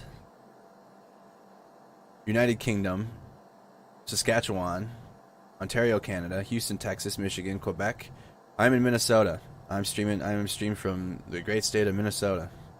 New Jersey, Bucharest, Romania, Iowa, St. Louis, Wisconsin, Youngstown, Ohio. How you doing? Palmer, Alaska, Poland, South Dakota, Texas, Waterford, Wisconsin. How are we doing, everybody? Germany supporting Slava Ukraine. Thank you, Dwayne. New Jersey, Maine, New Zealand's tuned in. North Minneapolis. How you doing, Jim? Hopefully we're in Minnesota. It's going to start getting warmer next week. We're going to be in the 50s. Edmonton's tuned in. How are we doing? You guys, again, you guys are watching Mercado Media Productions on YouTube and Facebook. We're live every night from 5 p.m. to 8 p.m. Central. That 5 p.m. to 8 p.m. Central is more of a recap stream in case you can't tune in for our full coverage all night long. We do 8-hour stream. 8-hour stream from 11 to 7. Overnight covering the daytime news, because again right now it is nighttime in Ukraine. It is 2:48 in the morning. The concern when the invasion began was stand 2, which is when oftentimes the enemy will make its moves and attack, and it was. They were blitzkrieg. They were trying in the first week of the first few days of the invasion, but now that has subsided. I mean, even the power they used to have, this Maidan Square didn't even have lights in it. They turned the lights off. And now the lights are on all night long. I mean, there was somebody walking in the square right there. There's somebody walking around. So it's completely changed.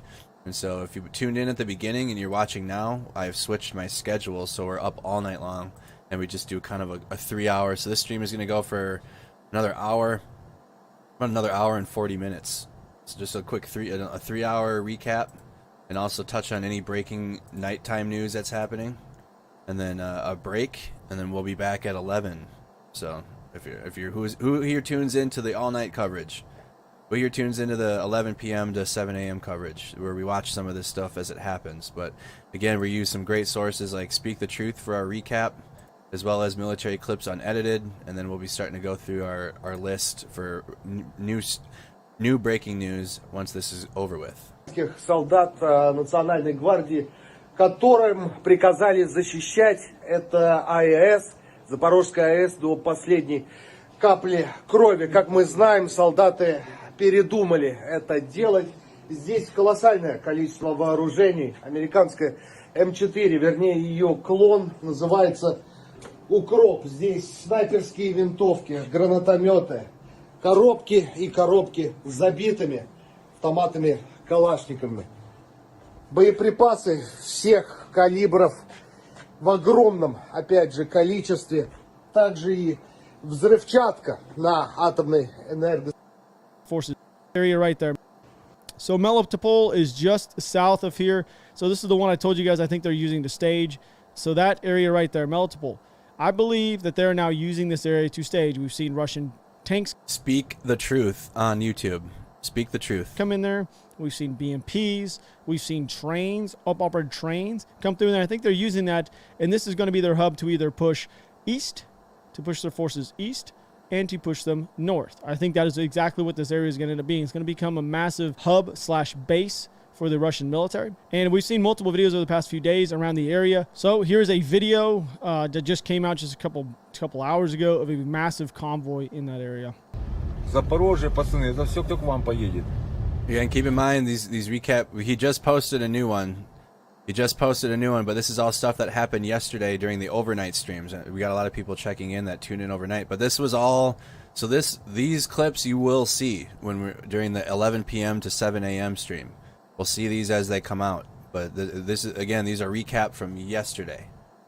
They didn't just happen 2 hours ago. This video was posted 6 hours ago. But again, he just did post one, so we'll check that out. Запорожье, пацаны, это все кто к вам поедет.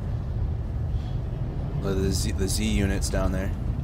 Их тут толпа выдвинулась к вам на Запорожье.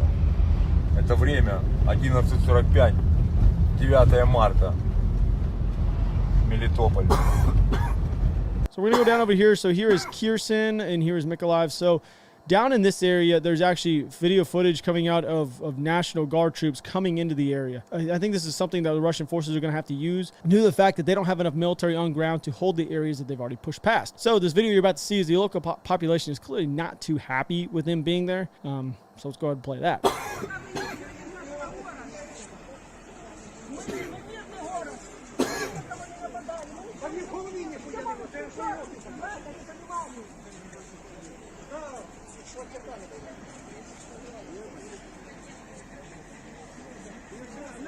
So I think they're going to start using their National Guard force to occupy the areas that they've cleared and want to keep control of and actually leave an occupying force there. So this is the same exact area where the National Guard force of Russia just detained 400 Ukrainians in an attempt to crush any chance of Ukrainian resistance in the area. So now they're actually starting to proactively go after any Ukrainian force. This is now reminding me of France in the 40s. Like it is kind of nuts to see this. We're like replaying history all over again, except now people actually have cell phones, and they also have social weapons media that could take out the entire world if they wanted to, nukes, which is just kind of nuts. But this is the same kind of attempt. They're trying to crush any type of resistance that they could actually have in that area. So Mykolaiv is going to be next up on the list, as you guys do know, is right here. And I believe this area from Mykolaiv, we'll say north of Kherson all the way through Mykolaiv, north to this power plant that is up here. I think this is going to be the area over the next 3 to 5 days, which we're going to see some Russian movement, especially coming out of Melitopol, pushing them west. So the Ukrainian military has actually captured 3 BMD-2s, 1 BTRD, and a 2S9 howitzer just outside of Mykolaiv. I want you guys to notice inside of this video that they have painted the white Z's off of each vehicle and replaced them with yellow markings. 7 березня. Подарунок жінкам України. Сьогоднішні трофеї. 59-та бригада.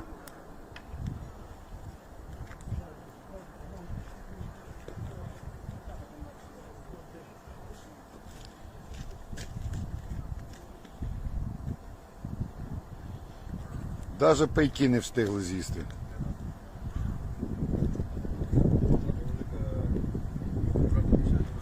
So down here as well in the same area, Mykolaiv, the Territorial Defense Force took out 2 more tanks in the past 12 hours or so. You'll see that they have got what appears to be a T-72B3M, and the others likely be the same, maybe possibly a T-72 variant.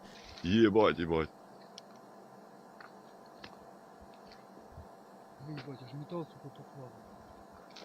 Ти прикинь, яка піздюліна була на.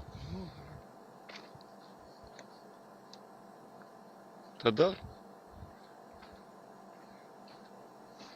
And that's pretty much your update. So I'm going to leave you guys with that. We'll go check out again. Speak the truth. They were in the feed on YouTube for a little bit. I'm sure he's busy now. I don't know if you're still there, but great work. Speak the truth, Rob, doing great. They were in the feed on YouTube for a while. So that's what we tune into during our recap stream, our 3-hour recap. We're gonna check out their newest video they just posted. But Speak the Truth. Please go subscribe to his channel and give them a view away from my stream if you could. We just posted one as soon as we were going. Maybe I got a... Or maybe I got a notification. Why did I get a 2-day-old notification? No, they haven't posted. He hasn't posted a new one yet. So that is the newest video. So we'll wait. It'll be tomorrow then when we check out more Speak the Truth videos. I got a notification that they posted a video. Are you spinning? Is the feed lagging? I don't see it lagging on my end. All right. Let's check the latest now. See if there's anything new. The U.S. Army established 2 Patriot missile batteries in Rezanov Airport, located in Poland's Ukraine border. Well, that was quick. The U.S. Army established 2 Patriot missile batteries. This job was offered to me too, by the way, when I was signing up for the Army. The Patriot missile operator was one of the jobs that I qualified for. So this is U.S. Army in the Rezanov Airport in Poland's Ukraine border. So this is the U.S. Army right here, United States Army, on the Patriot missile. Let's look at that. What does that look like? Again, I almost took this job. It seemed interesting. I took truck driver instead. Patriot missile.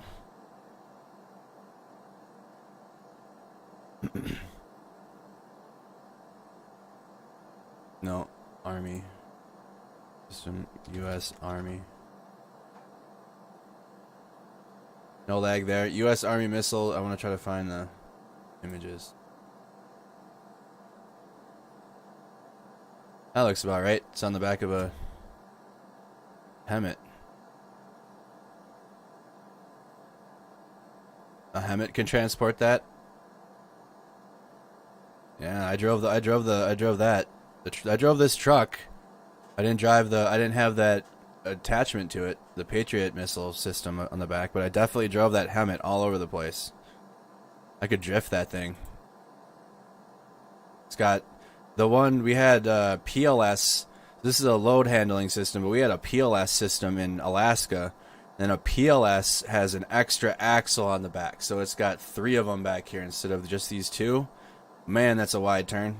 You got to go into the turn with these things, as you can see the wheels are behind the cab. So the wheels are behind the cab on this Patriot. The Patriot missile system is the trailer that this thing takes. Yeah, it's on a trailer. So the Patriot missile system can be towed. You can see in the back there. This is the U.S. Army. You worked with some air defense. I drove this truck, not the system though. I did not operate this system at all. But the PLS has an extra axle in the back, and that's what we had in Alaska, and those things sucked. Transmission broke down all the time. And then we got new helmets that had that one less axle in the back, and it looked like this, and those are way better.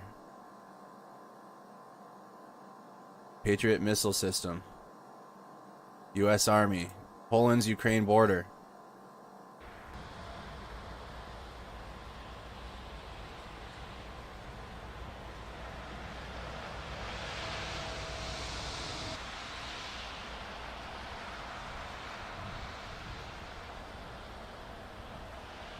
That would have been some good training right there to learn how to operate that thing.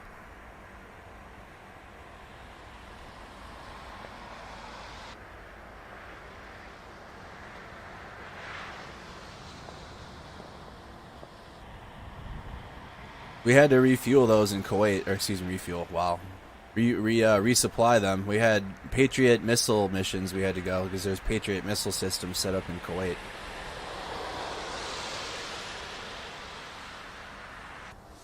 U.S. Army's like, dare you?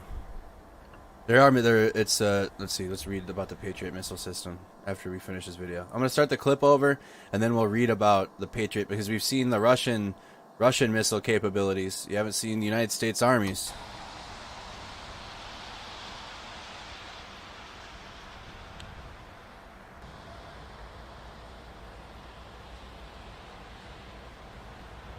Like Fort Wainwright. No, this is in Poland. I was stationed at Fort Wainwright though. That's where I was stationed. So we got plenty of training on the PLS. Palletized loading system.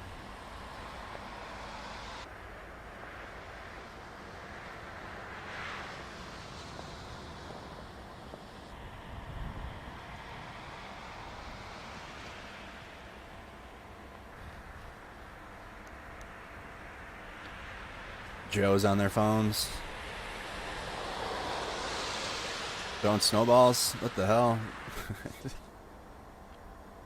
The army hasn't changed. Out there throwing snowballs with the best piece of equipment that's probably in the area. Unless Ukraine has really good capabilities. Out there throwing snowballs. You see that? They're throwing snowballs.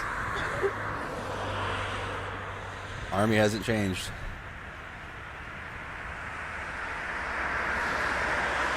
Guy in the back's taking a rest on the truck.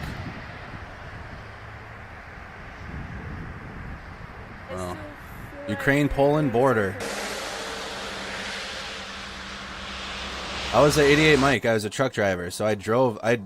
So this one looks like it's attached to the truck, so I didn't drive this, whatever vehicle that is. But I drove. I was an 88 Mike truck driver, so I was trying to explain. I drove the LHS, which is a load handling system.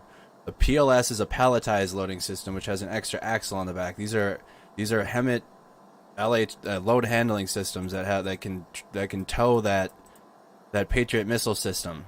So I drove this truck, did not touch this piece of equipment at all.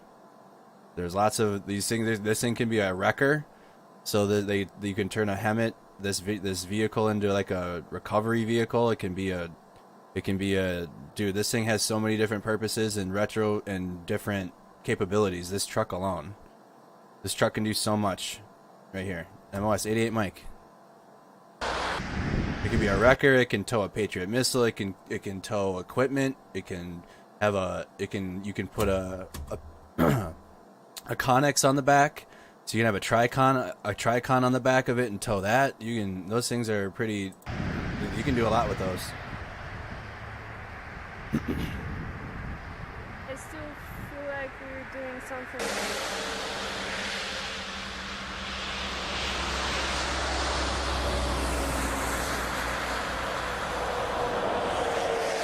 I'd say the PLS is garbage with the extra axle. The transmission went out all the time, but the LHS, maybe I have it wrong. Dude, it's been some years. Let me look it up quick. I might have those two backwards. I haven't touched it in years. PLS, U.S. Army. Yes, I'm right. Palletized loading system has the extra axle. See how this one? So this is what I'm talking about. I was trained on this when I first joined. Accept all cookies. This is what I had in Alaska. This is exactly what it looked like too. This is what they have in Alaska. Old as hell. They suck. It's got the extra axle on the back. This thing dies all the way up a hill. If you're driving this piece of equipment up a hill, this PLS, like the transmission blew out like all the time. The LHS has one less axle. See how it has 3 wheels on the back? This is a PLS. Old. Palletized loading system. LHS. Whoops. LHS. See how it has, see how it doesn't, it just has the one less axle? In my experience, these ones worked way better. The LHS compared to the PLS. In my experience alone. Obviously, everybody's going to have a different experience, and different units had different... Like this truck right here, this is the Hemet. The Hemet LHS. This is a common use for what I did. Transporting equipment. Alright? Transporting equipment. This is what it looked like for me most of the time. Putting stuff on the back. You can lower this trailer, load it on, and then attach it back onto the trailer. There's a hook arm. There's a hook arm on the back of this truck, and it raises the entire load, and then it drops it on the ground. So you have to get back here and operate, or inside the truck, you have to operate the hook arm. So you not only have to learn how to drive the thing, but you got to operate the trailer, or excuse me, the piece of equipment, that the hook arm that puts the equipment on it. Just going over, just showing U.S. Army established 2 Patriot missile batteries in their Rezinso Airport, located on Poland-Ukraine's border on Wednesday. So we haven't seen U.S. Army activity until this clip, really. I mean, we've seen that they're being sent to Germany, but we haven't seen the U.S. Army anywhere established. But this is the first view of it that I've seen. And they have the Patriot missile batteries set up. So I'm just kind of going over that one more time. Show you guys that one more time. Patriot missile system. U.S. Army on the border, Ukraine-Poland border. We do that too. All equipment and weapons that we don't know or I can't explain, I'll pull it up on the screen so you get a visual of it.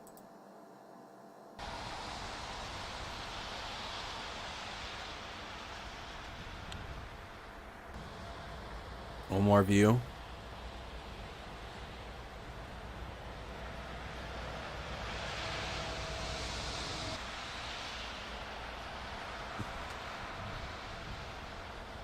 There's not much space to chill in there though, Dustin, inside the cab.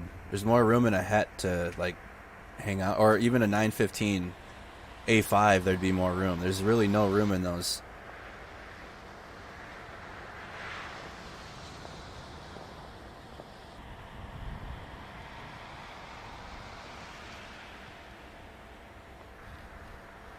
Fort Hood is sending some guys. I know we're sending to the NATO countries. There's a deployment to Germany already. Oh.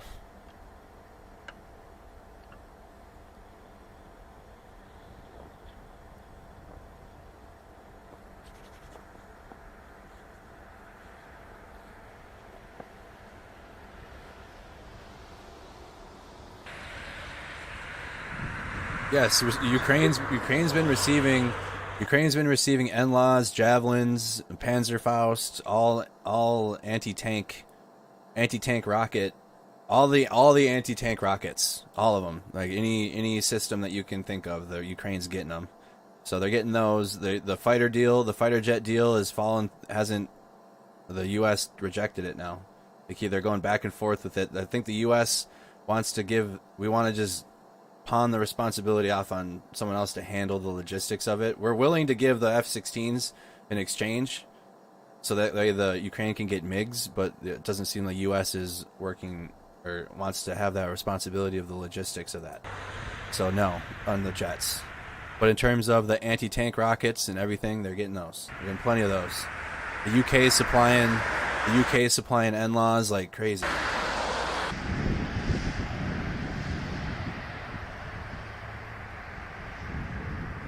Alright, so that's the U.S. video, the U.S. Army on the Poland-Ukraine border. So let's just see if there's anything breaking. Okay, graphic content. Oh man. We can't do this one, can we? We might.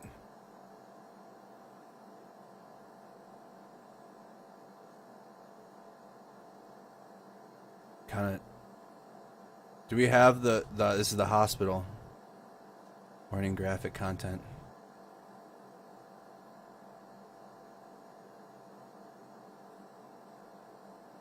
This is the children's hospital that was blown up by Russia.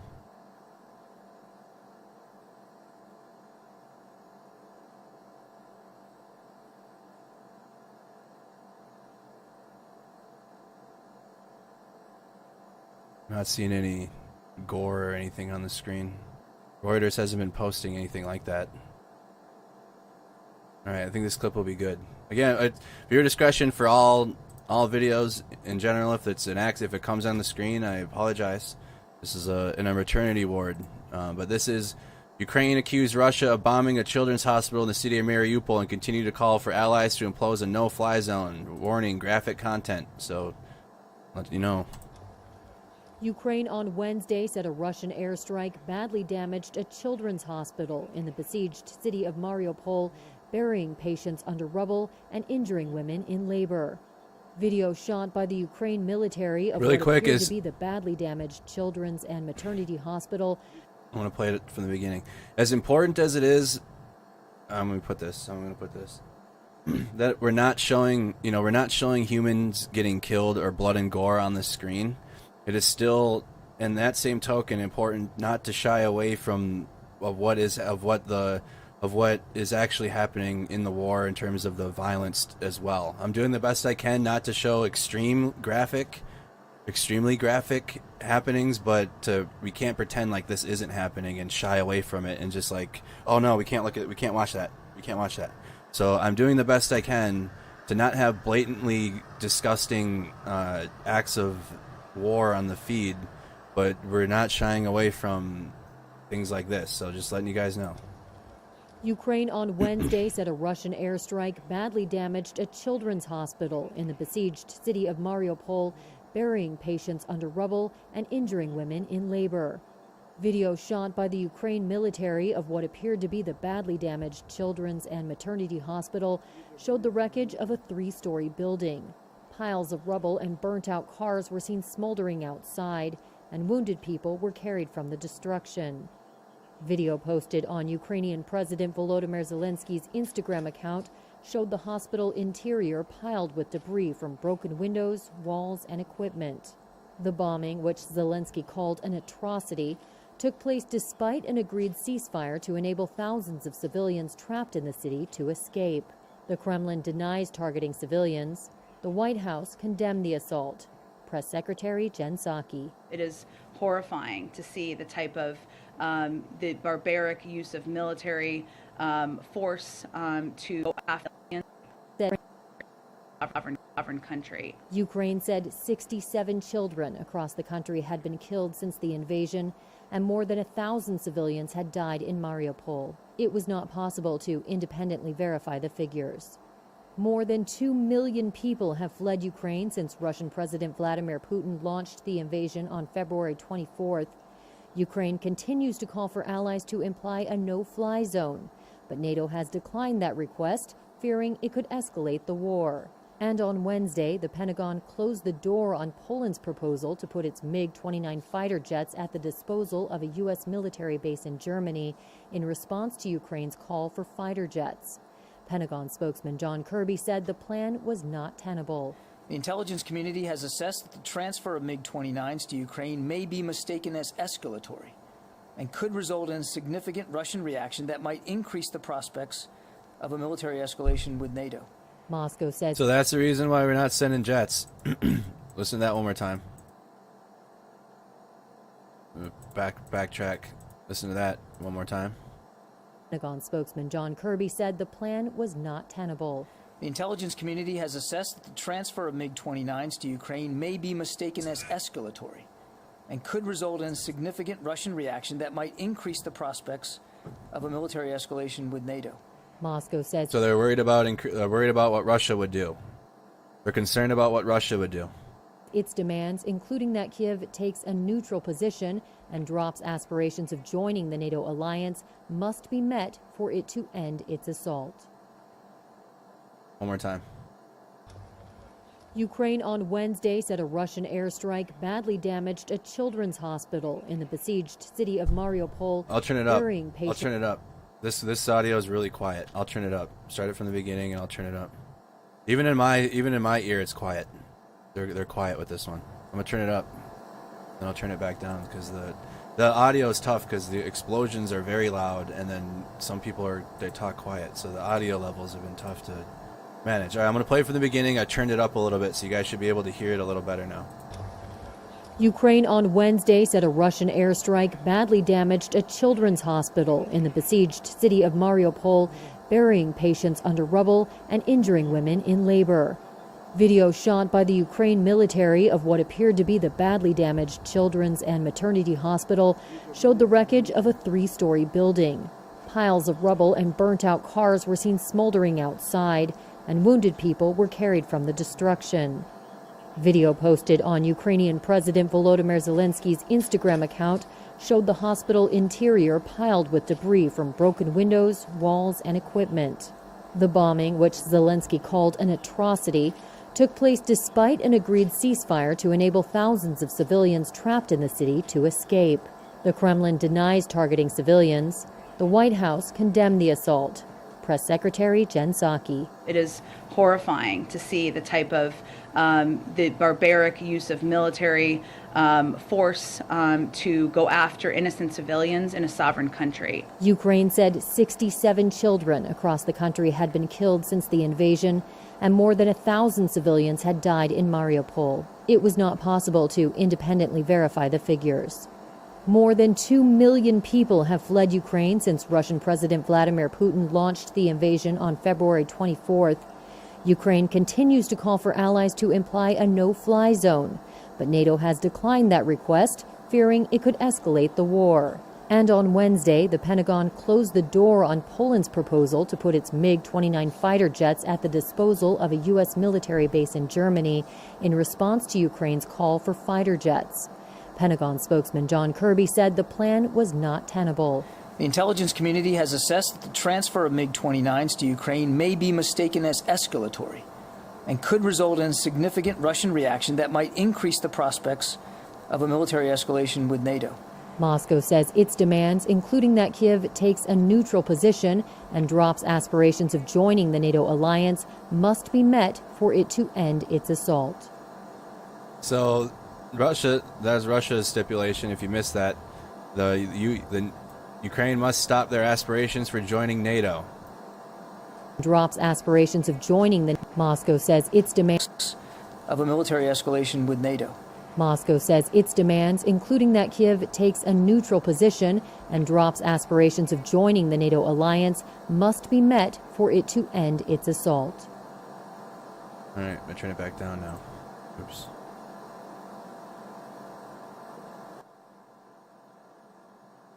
All right. Heavy explosions heard in Kyiv. This was 12 minutes ago. 12 minutes ago. I'd probably turn this down. This is also loud.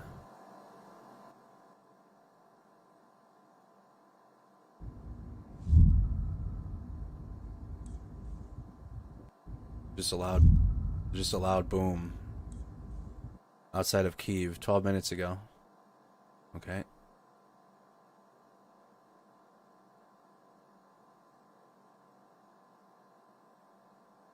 The U.S. is in full compliance with its obligations under the Biological Weapons Convention and does not develop or possess chemical and biological weapons anywhere. From the Department of State.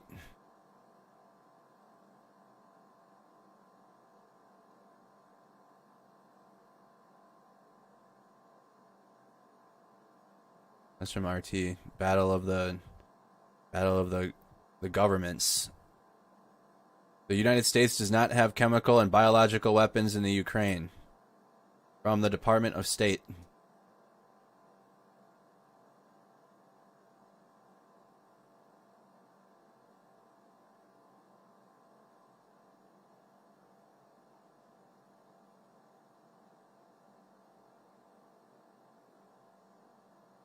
Probably got I'm sure people are getting, I don't know, bio labs and bio weapon labs confused, probably.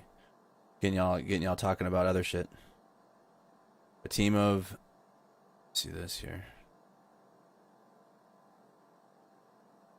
Yeah, I know, right? They claim that there was weapons of mass destruction in Iraq too. So who knows? Take that with a grain of salt.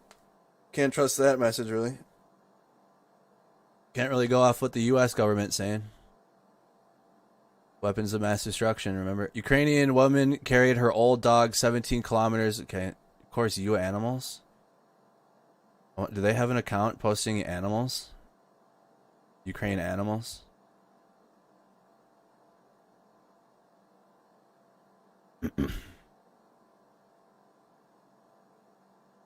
I wonder if we can find you animals.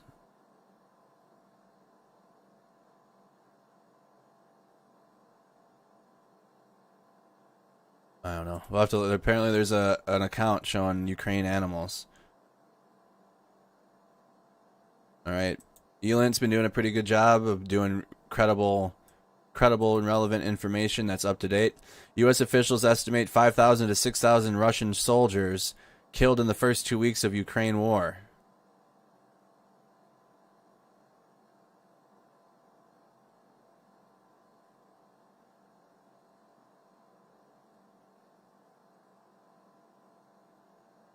So that's the U.S.'s number, 5,000 to 6,000. What is the Kyiv putting out? 12,000. So U.S. putting out different. I don't have their recent pictures now. Here it is. This is what Ukraine puts out, and every morning at 9 a.m. So March 10th at 9 a.m., which would be 1 a.m. So like 2 hours into the stream, we'll get an update on this. 2 hours into our nighttime stream, we will get an update on that number and see if it's changed, which it usually will. But according to U.S. officials, in the first 2 weeks, it's 5,000 to 6,000.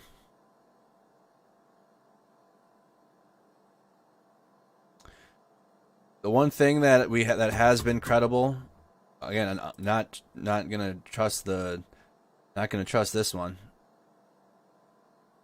Not trusting that, but in terms of your intelligence reports, because the way that we can verify that they've at least been on point with their intelligence reports is whenever Ukraine is concerned about a happening or they post something, especially having to do with Odessa and a possible amphibious landing in Odessa, U.S. intelligence reports countered that, saying that there wasn't an imminent threat of an amphibious landing,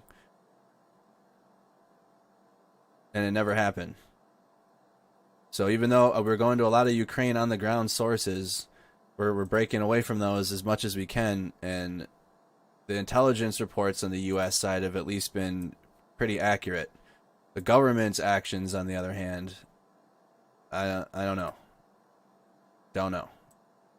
This is what we feel about government decisions. All government decisions, but their intelligence reports have at least been pretty accurate.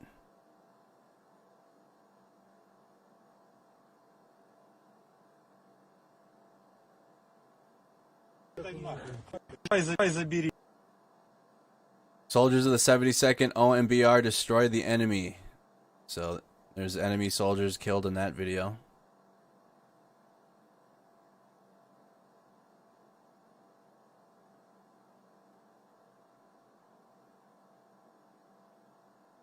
This is the hospital.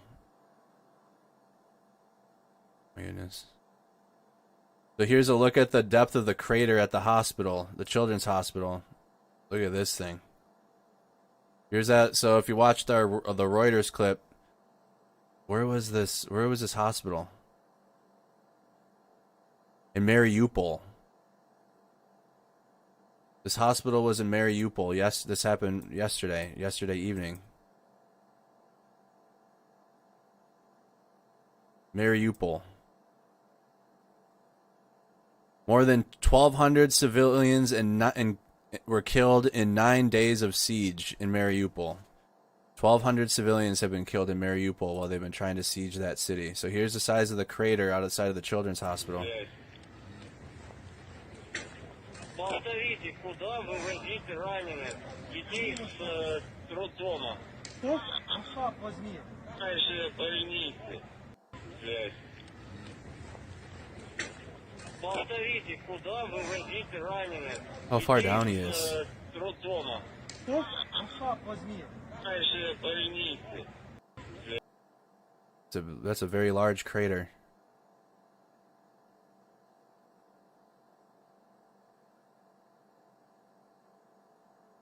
This is posted. So these are afternoon images. Akraka after shelling and bombing. Where is this now?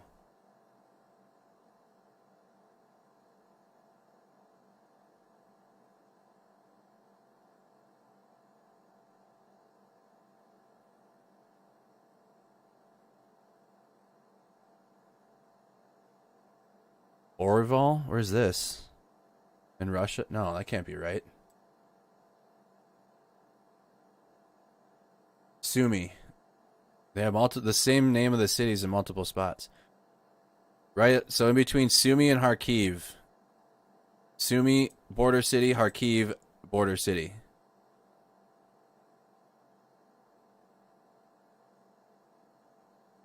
After shelling and bombing. So this was posted yesterday during the daytime, so it would have happened last night. Not tonight, because again, it's currently nighttime in Ukraine. They're 8 hours ahead. So these shellings had to have happened the night prior and then were posted during the daytime. Halfway between Sumy and Kharkiv.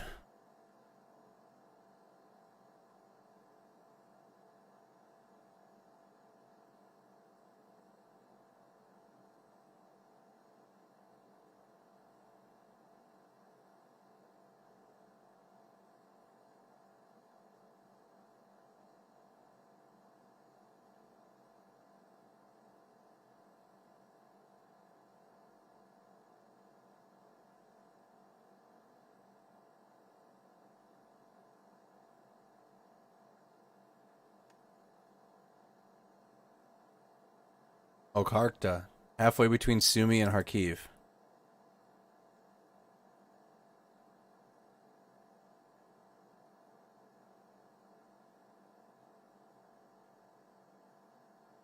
What's this?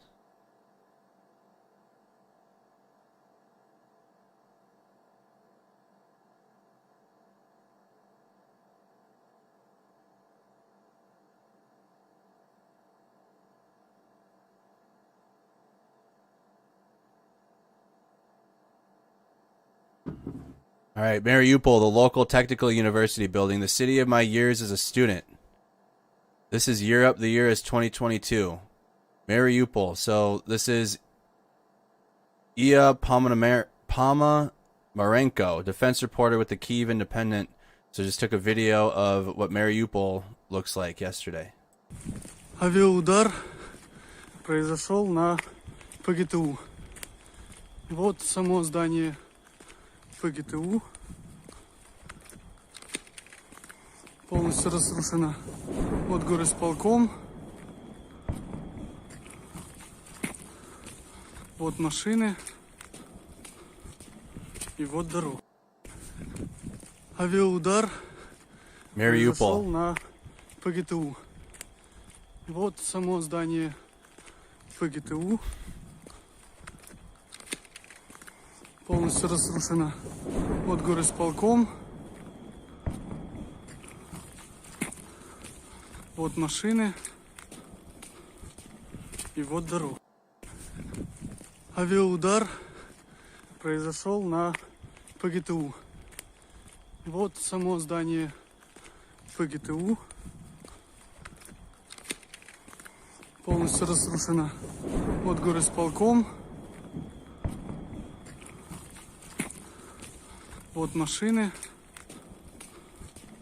И вот дорога. All right. Perfect timing.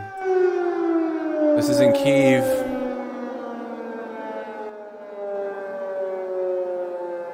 Air raid alarm time now in Kyiv. I'm about to post.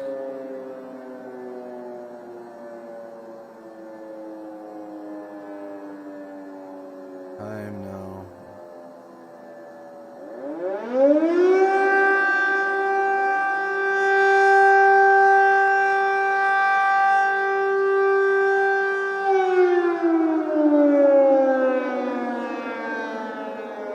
This is happening now. This is live right now. Keep in mind, we have the Kyiv live feed up at all times, so anytime there's an air raid alarm, we hear it. So that's what's happening right now. You're hearing an air raid alarm going off in the capital city of Kyiv. This is the capital city of Kyiv. Here it is on the map.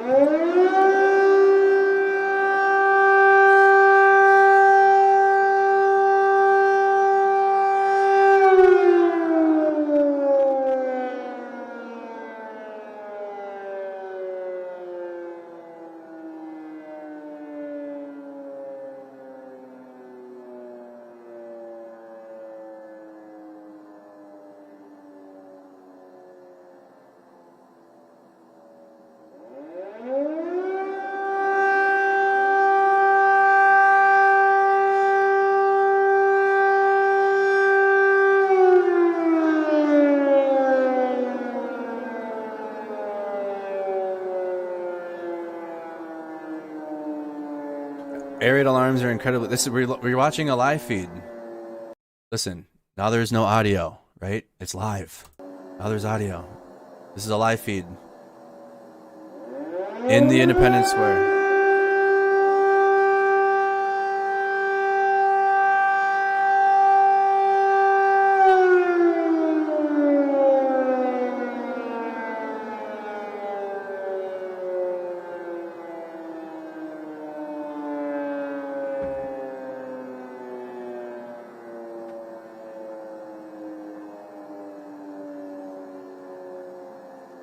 If you don't hear the sirens, you're behind on the stream.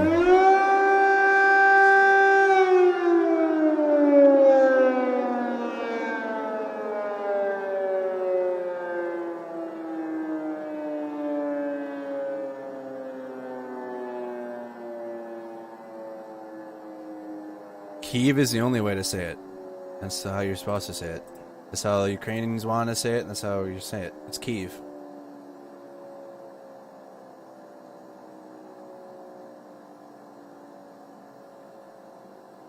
So that was air raid alarm in Kyiv. We have the live feed up at all times so we can hear it. Let's check the updates and see if there's anything about that.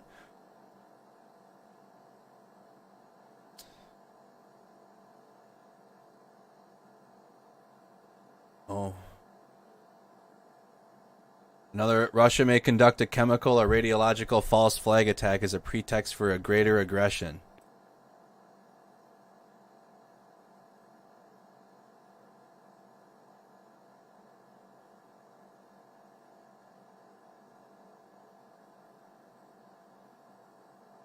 Russian state-affiliated media has set conditions for a false flag chemical weapons attack in eastern Ukraine since December 2021. Keep in mind, a lot of propaganda starts years ago. Like the ideas and how you get these things in motion. The ideas are planted years ago, or things are put in motion a while ago. December 2021. They've been doing moves and getting their military in positions. This war has been going on since 2014. Russian state media set conditions for a false flag chemical weapons attack. It's a lot.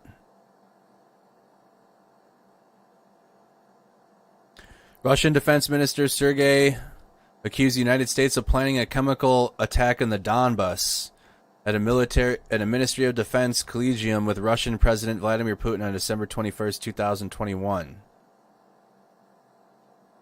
The Donetsk and Luhansk People's Republics falsely claimed on December 22nd that the United States shipped botulinum toxin, a non-contagious biochemical agent, to Mariupol and Kharkiv and provided the antidote to Ukrainian forces. Wow. The Kremlin-sponsored media quoted a former Ukrainian security service officer on December 24th, stating that Ukrainian armed forces will use chemical weapons to attack schools, hospitals, and mass gatherings in then Ukrainian-controlled eastern Ukraine.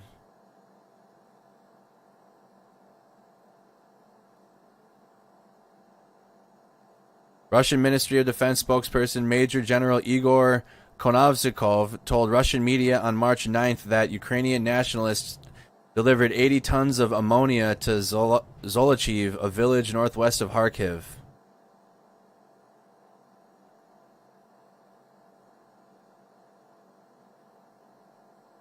False flag chemical attack.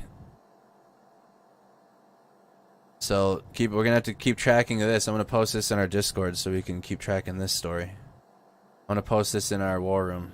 What I'm looking at. Institute for the Study of War. Russia may conduct a chemical or radiological false flag attack as a pretext for a greater aggression. So we'll keep an eye on this. We've heard yes. No, there were the other false flag news had to do with Belarus. Was it connected to a chemical radiological attack? This is what Russia does. And what certain media in the United States does all the time. It's propaganda. You gotta fight through it. You just gotta fight through it. And so when the news comes out, people are gonna pick this up, But we gotta track this before it happens, or if it does happen. Potential. This is the second false flag update. Because this makes sense. A greater aggression, they're losing bad. They're losing bad. The Russian people have more and more sanctions daily. I'm surprised there isn't a revolt in the country. There's protests at plants. There's walkouts for wages because the ruble is equal to nothing. So how are they going to get their country to how is Russia going to rally more resources to an already losing battle? Like, that's it. They're slowly taking cities. They're slowly moving on the border, but their military is getting destroyed whenever they're in conflict. So say they get these cities evacuated, and then if they face a counteroffensive by the Ukrainians, they're probably going to get destroyed by the Ukrainian military in every engagement. They don't have any motivation to, I mean, that's something to keep an eye out for. Warning update. Russia may conduct a chemical or radiological false flag attack as a pretext for a greater aggression. So we'll keep tracking this. Keep tracking this. It's got all types of references. This is a good resource. Got references, documents, reporting, arms control features Russia. So they have references to all of their information that they've gathered on this supposed false flag attack. I posted it in our Discord. Keep an eye on that. May conduct a false flag. Secretary Anthony Blinken. I spoke with Foreign Minister Dmytro, the Minister of Foreign Affairs to Ukraine, on further security and humanitarian assistance to Ukraine and our joint diplomatic efforts to stop Putin's war of choice.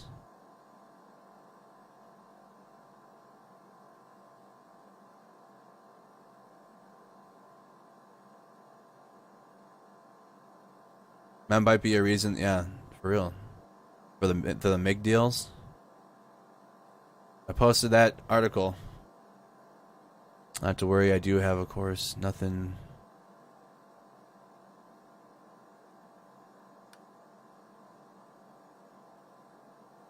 Watch that video.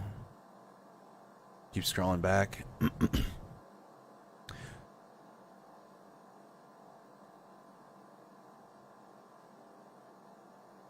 See what I said? What did I say? What have I been saying? Czech Republic does not exclude the possibility that a public display of the Z symbol, which stands for support of the Russian aggression, may soon be equated with a demonstration of a swastika with all the legal consequences.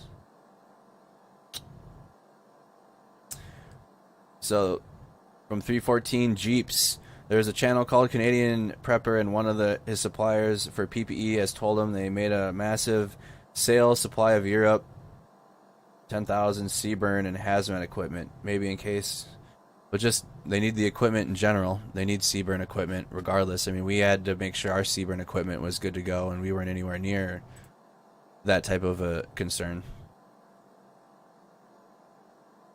Z is for Zelensky.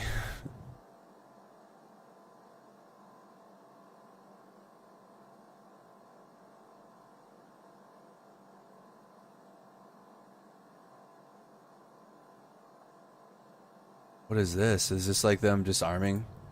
Lord of the Storm? Is this how they disarm those things? Let's look at this. Is this how these things are disarmed? The duds?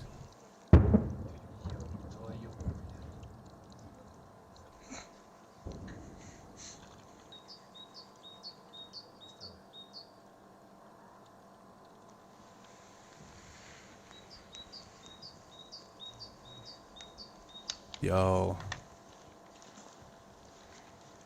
Hell nah, dude. You couldn't pay me enough to... Couldn't pay me enough. Hell yeah. Couldn't pay me enough to do that job. Nope. Nope. I'm out. Hell nah. Could not pay me enough to do that one. I'm good on that. That's in the clip. The explosions you're hearing is in the clip. Okay, it's not in the live feed. Those explosions are in this clip.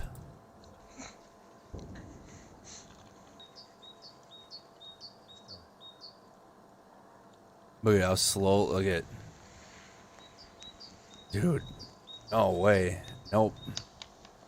Steady hands. Nah. Nope. I'll stay away from unexploded ordnance, thank you. Unexploded ordnance I will stay far away from. Mariupol, the technical, so we saw this. So if you missed this is Mariupol Local Technical University building. We saw this video a little while ago, but just going through the timeline. Авиаудар произошел на ПГТУ. I know someone has to do it, Daniel, not me. ПГТУ. Thank you. Разрушено. Вот горисполком. Вот машины. И вот дорога.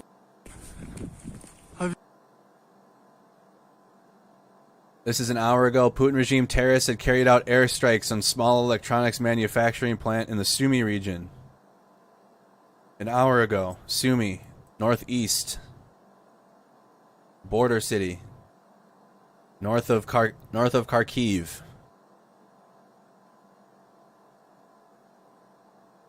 Again, these are verified. These videos are verified. They do geolocations. Geolocating these clips that are being posted, and then we get a blip on our map later, and then they're verified by fact-checking accounts. There's geolocator fact-checking accounts now for these clips. Salute from Ant-Man, thank you.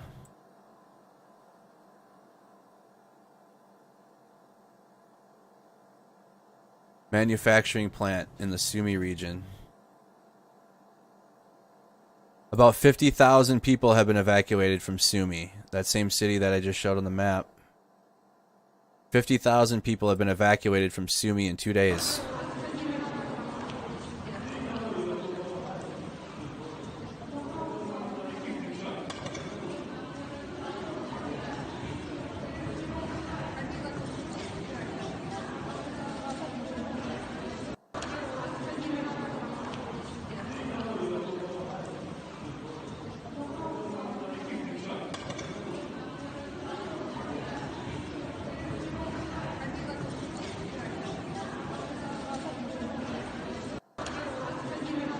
Alright, 50,000 evacuees in Sumy.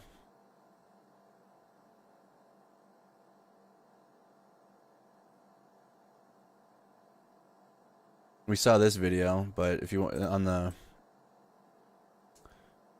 we can go through it again though. This is an abandoned Russian MTLB. It was posted yesterday. But again, this is our recap stream. So anything you missed overnight, I play during this time. We're only going to be live for another 45 minutes in this stream, and we'll be back at 11. Всім бажаю здоров'я, дивіться. Ось техніка орків. Від нас, від хлопців. І за кого? Правильно. За перше місце, за нашу столицю, за Київ. Ось. Все покидали, повтікали від наших козаків. Хочу вам привіт передати Збройним силам РФ. Дякуємо за озброєння, воно нам дуже потрібно. Нам можна з ножом йти на ворога, так що дякуємо.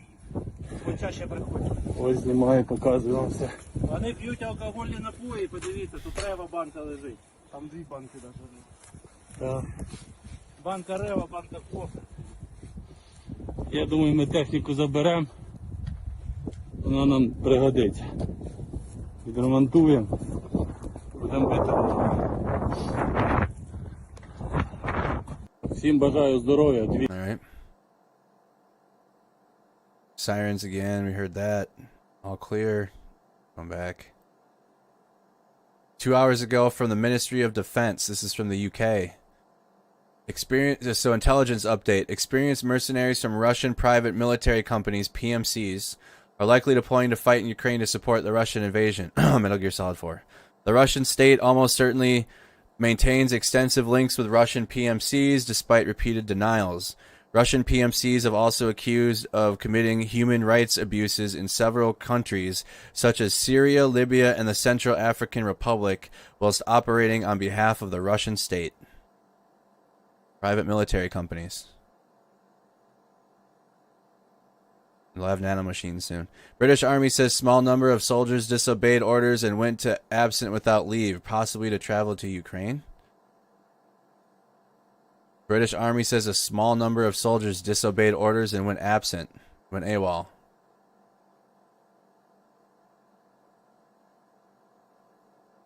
Apple Pay, Google Pay, and Samsung Pay are no longer available. Apple Pay, Google Pay, and Samsung Pay are no longer available in Russia.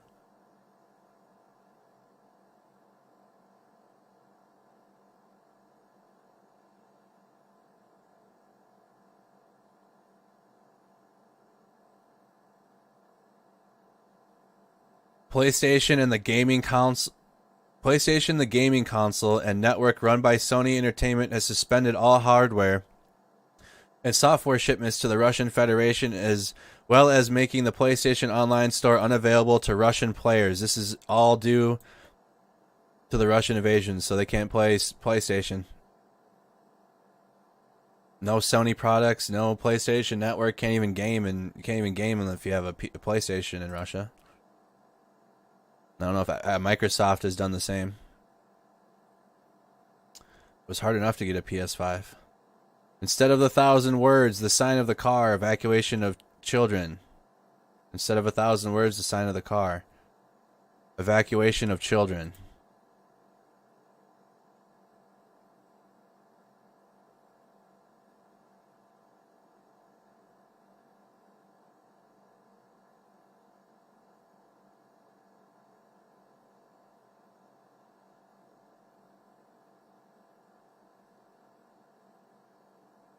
This was in Kharkiv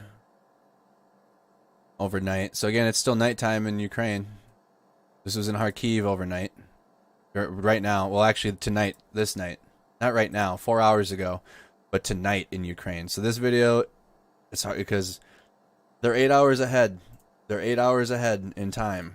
So this was within the nighttime of tonight.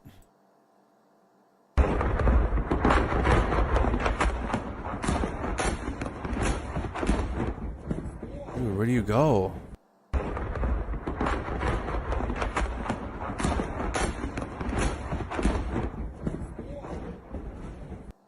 Where do you run to?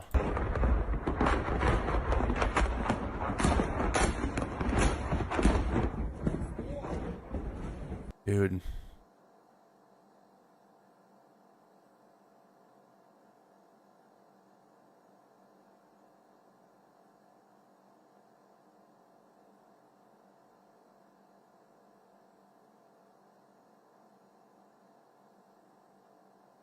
So this is from Jen.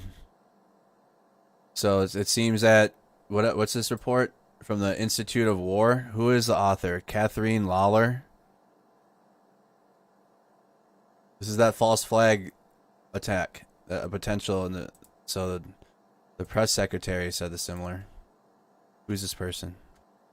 What are their interests? Catherine Lawler is an Iraq analyst at the Institute of the Study of War. Her work focuses on Iraq politics, popular interests. So she knows what she's talking about. But Jen Psaki, the press secretary, now that Russia has made these false claims and China has seemingly endorsed this propaganda, we should all be on the lookout for Russia to possibly use chemical or biological weapons in Ukraine, or to create a false flag operation using them. It's a clear pattern.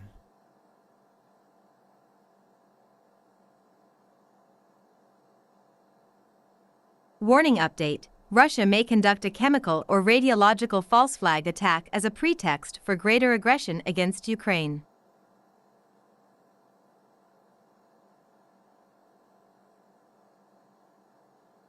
We took note of Russia's false claims about alleged U.S. biological weapons labs and chemical weapons development in Ukraine. We've also seen Chinese officials echo these conspiracy theories.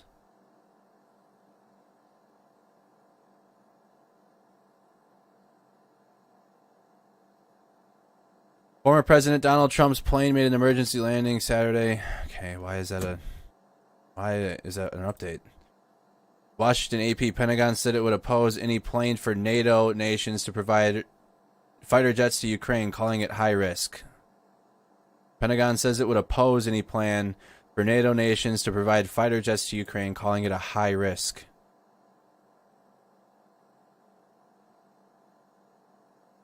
Iconic Russian car manufacturer Lada halts production. Due to Western sanctions, the company was forced to halt operations as it could not source the necessary parts and equipment.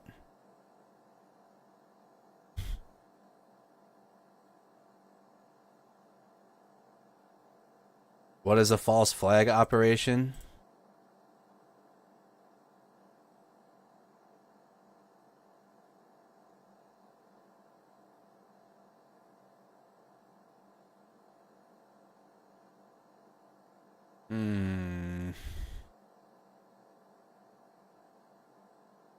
From dictionary.com. Here we go. Trying to find a source. Here's from the dictionary. An attack or other hostile action that obscures the identity of the participants carrying out the action while implicating another group or nation as the perpetrator, often used attributively. An attack or other hostile action that obscures the identity of the participants carrying out the action while implicating another group or nation as the perpetrator.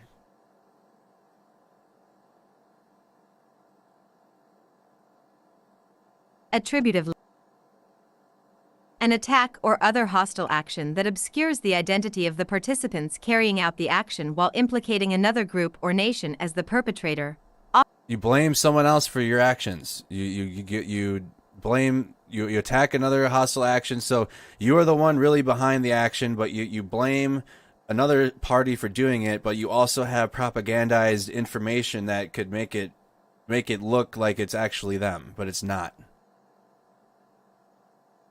A misrepresentation of affiliation or motivation or false equivalence deliberately put forth to manipulate the context, perception, or frame of an action, object, or argument. Russia does this all the time. A flag shown to disguise the nationality or affiliation of a vessel, vehicle, or base of operations. So you make something happen, but yet, okay, so this you create possibilities, like a false what is it? Self-proclaimed self-fulfilling prophecy. What is it? Self-proclaimed prophecy? What is the phrase? Is it self-proclaimed or self-fulfilling? Self-fulfilling prophecy. So you start with a self-fulfilling prophecy. Self-fulfilling prophecy, process through which an originally false expectation leads to its own confirmation.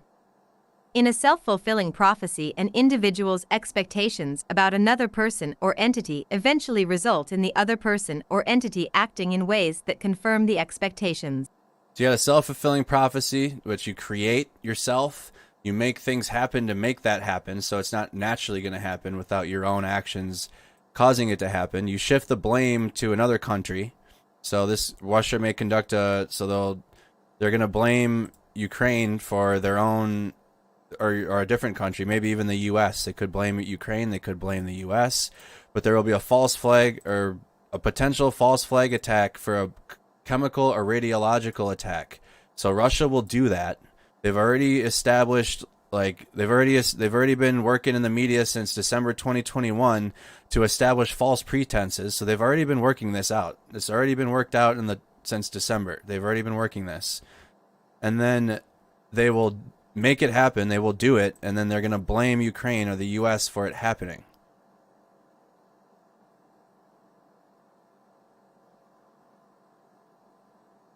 False flag. It'd be the U.S. or NATO, likely, saying that NATO forces, or they already tried blaming the U.S. in 2021 in the Donbas region. They already tried it. Blame shifting. Yep. Blame shifting.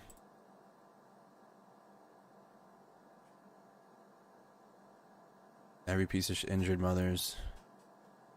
Oh my goodness. All right. Yep, this is CBS News. Viewer discretion advised. Injured mothers were evacuated on makeshift stretchers while soldiers cared for children after Ukrainian officials say a Russian attack destroyed both a children's hospital and maternity ward. This was posted 4 hours ago, so we're going to watch this.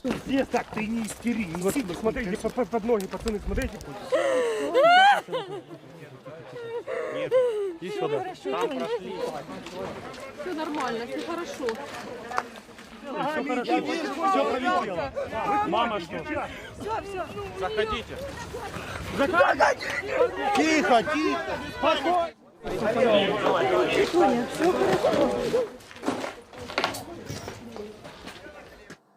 All right, one more time. Здесь так, ты не истери. Смотрите под ноги, пацаны, смотрите. Нет, иди сюда. Там прошли. Все нормально, все хорошо. Все хорошо. Все пролетело. Мама, что? Все. Заходите. Заходите. Тихо, тихо. Спокойно.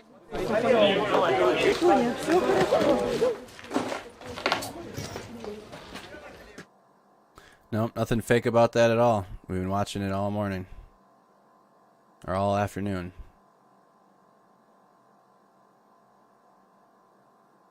So that's from the maternity ward that was bombed 4 hours ago. Or in the late evening yesterday. Try to find, here's the Reuters clip from it. On Wednesday said a Russian airstrike badly damaged a children's hospital in the besieged city of Mariupol, burying patients under rubble and injuring women in labor. Video shot by the Ukraine military of what appeared to be the badly damaged children's and maternity hospital showed the wreckage of a 3-story building. Piles of rubble and burnt-out cars were seen smoldering outside, and wounded people were carried from the destruction. Video posted on Ukrainian President Volodymyr Zelensky's Instagram account showed the hospital interior piled with debris from broken windows, walls, and equipment. The bombing, which Zelensky called an atrocity, took place despite an agreed ceasefire to enable thousands of civilians trapped in the city to escape. The Kremlin denies targeting civilians. The White House condemned the assault. Press Secretary Jen Psaki. It is horrifying to see the type of the barbaric use of military force to go after innocent civilians in a sovereign country. Ukraine said 67 children across the country had been killed since the invasion, and more than 1,000 civilians had died in Mariupol. It was not possible to independently verify the figures. More than 2 million people have fled Ukraine since Russian President Vladimir Putin launched the invasion on February 24th. Ukraine continues to call for allies to imply a no-fly zone, but NATO has declined that request, fearing it could escalate the war. And on Wednesday, the Pentagon closed the door on Poland's proposal to put its MiG-29 fighter jets at the disposal of a U.S. military base in Germany in response to Ukraine's call for fighter jets. Pentagon spokesman John Kirby said the plan was not tenable. The intelligence community has assessed that the transfer of MiG-29s to Ukraine may be mistaken as escalatory and could result in a significant Russian reaction that might increase the prospects of a military escalation with NATO. Moscow says its demands, including that Kyiv takes a neutral position and drops aspirations of joining the NATO alliance, must be met for it to end its assault. All right. More from, I can't show that one. Let's see.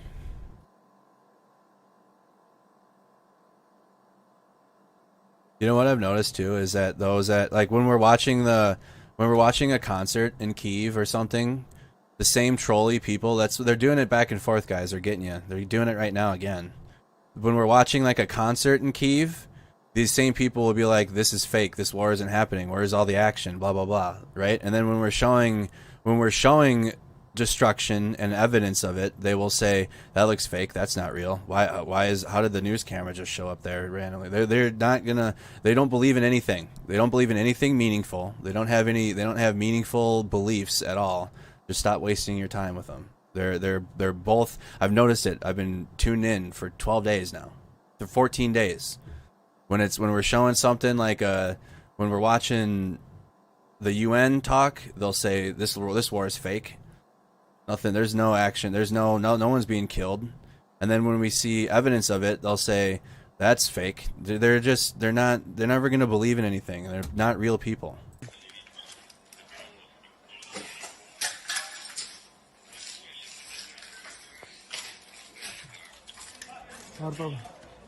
Авиация сработала по роддому.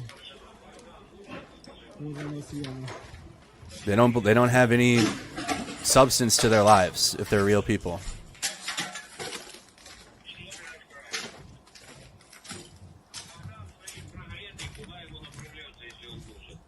Here's more video from the hospital. Also, yeah.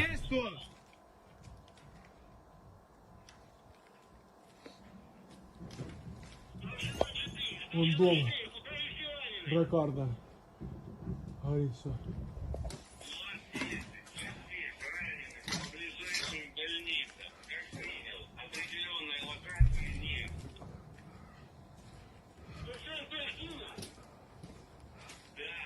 Все в крови. Right, and actually, do you know what the irony too is? Charlie, one of the biggest YouTube creators, actually two of the biggest YouTube creators have called it out. What is it, a Penguin? Charlie's called it out on his YouTube channel about the bots on YouTube. So hopefully that's going to change soon, and all these bot accounts are going to get just yeeted. I haven't seen too many on Facebook since the in the last week or so. But Facebook's been actually kind of clear of them. YouTube's terrible with it though.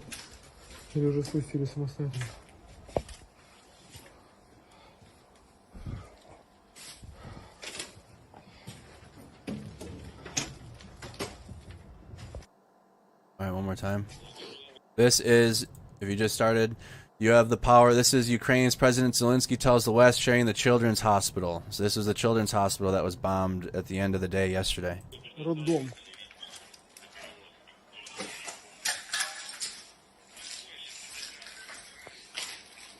No, you're good, Blue Ford. We just have our mods on right now. Авиация сработала по роддому. You're doing fine.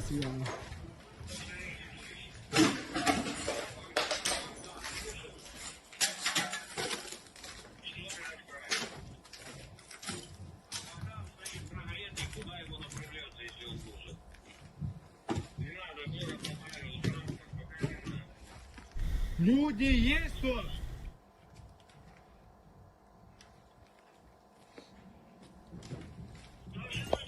Вон дом. Бракарда. Горит все. Even in the hold on, even right there, while he's in the abandoned building, you can see he goes through the window and you can see people trying to evacuate or get out. Look through the window, you can see people walking.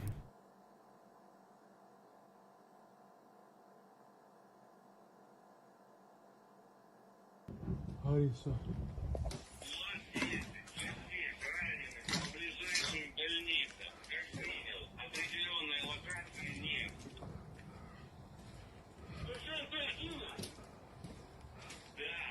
Все в крови.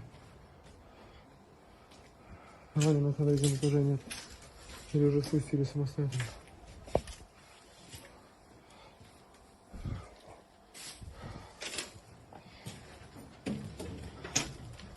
Alright. There's a picture we saw from the video. Inside the Ukraine Maternity Children's Hospital.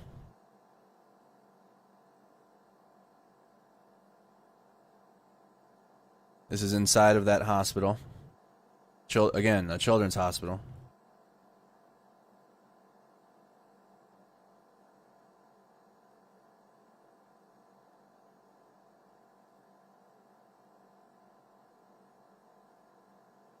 We see that. We just see this one. Yeah, we just watched that one.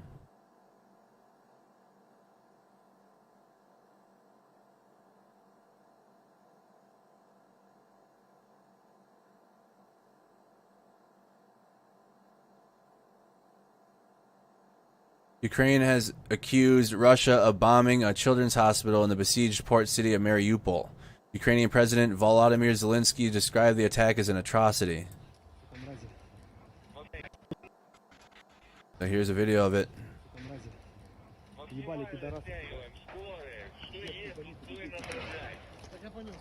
Давай.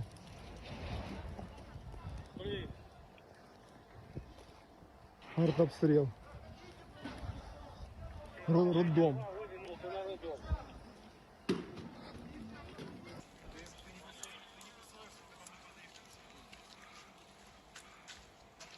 Роддом.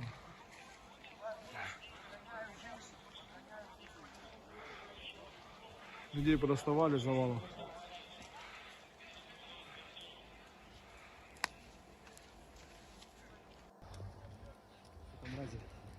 Ебали пидорасы. Look at that. Давай. Children's hospital. Артобстрел. Роддом.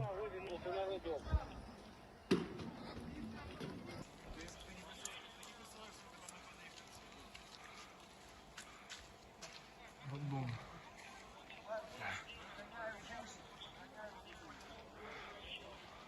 Людей подоставали завалом.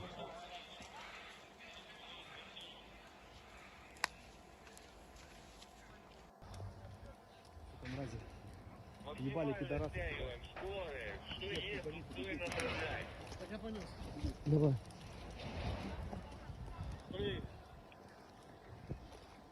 Артобстрел. Роддом. Роддом.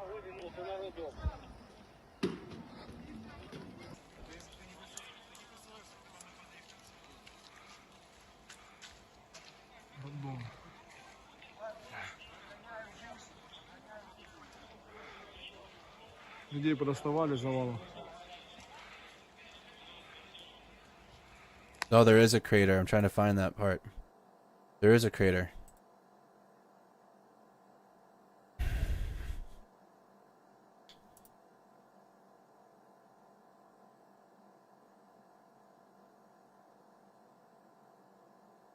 Here's another video.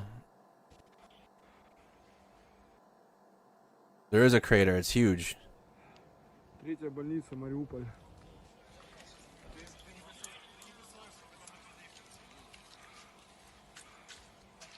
Роддом. Might be a clip of the same. Людей подоставали завалом.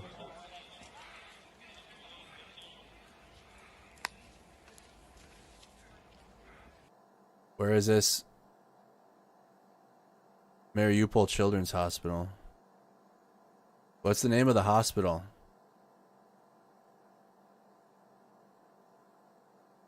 Betroffen ist auch das Kunstmuseum. Hier hängen auch russische Maler.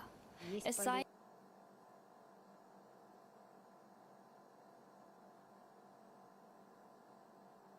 Trying to find the video of the crater that they're standing in.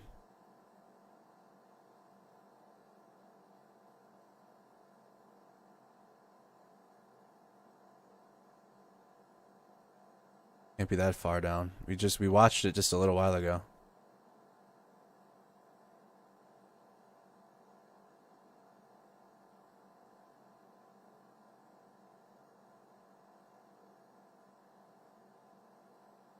Here it is. Found it. So here's the crater from the children's hospital.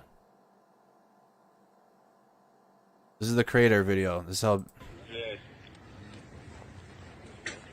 Повторите, куда вывозите раненых детей с роддома?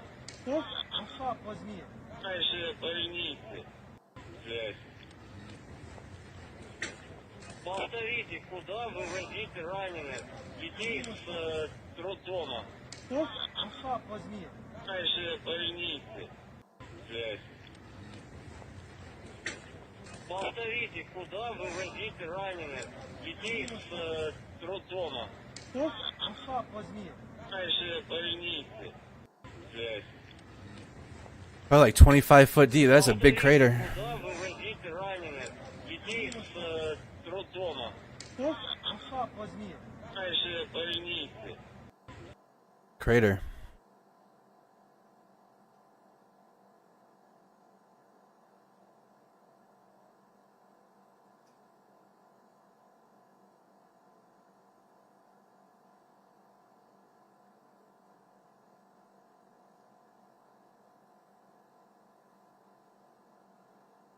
So that's from the children's hospital that happened yesterday, or it would have been earlier in the day today for us in the West, but yesterday for Ukraine.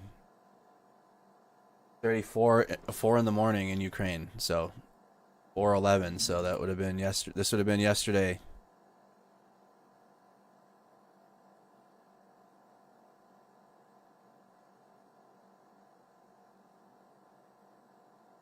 $15 you think, Jerry? Sirens in Chernobyl. This was posted right 2 minutes ago. Every piece of shit will pay. Mothers are evacuated. I don't want to play it again. So this is injured mothers are evacuated on makeshift stretchers while soldiers cared for children after Ukrainian officials say a Russian attack destroyed both a children's hospital and a maternity ward.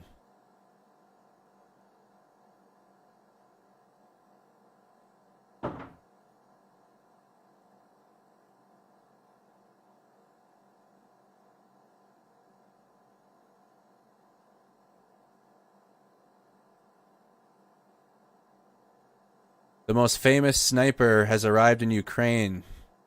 The average productivity of sniper is 7 men a day. So this is that legendary sniper. Ukrainian vocabulary. He's learning Ukrainian. The legendary snipers arrived in Ukraine to fight. Russian Rozgavir troops in the Zaporizhia nuclear power plant. This is the Zaporizhia nuclear power plant.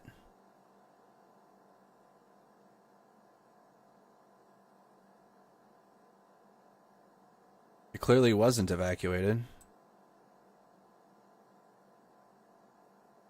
Where is it? Zaporizhia. Hold on. Right here. Up the Dnieper River. So here's Zaporizhia, north of Russian-occupied territory, north of Crimea, slightly north of the border. Zaporizhia.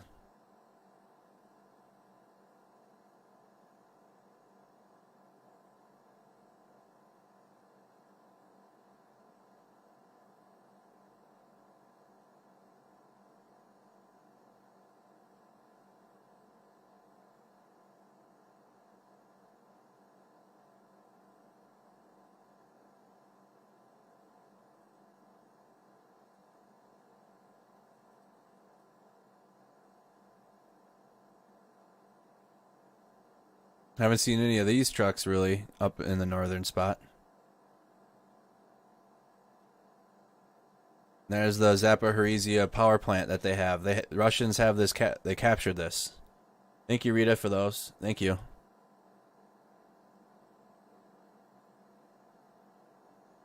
Thank you. Thank you.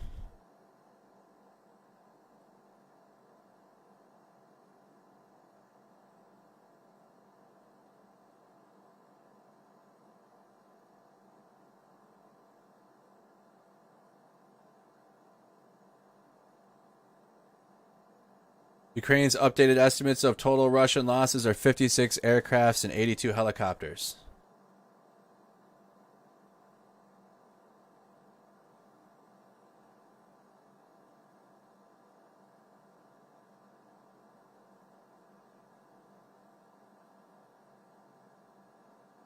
I don't know what that even means.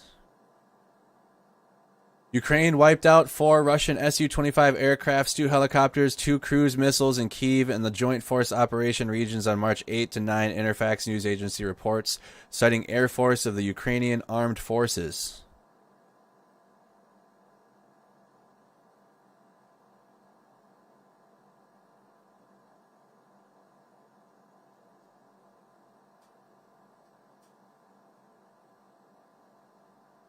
Keep an eye on the false flag concern.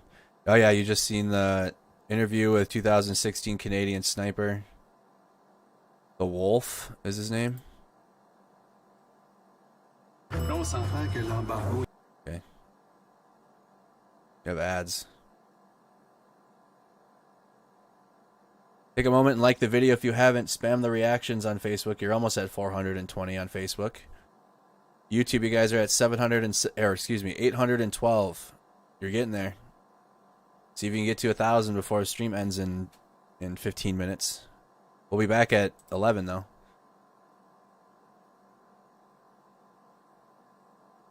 Is this in?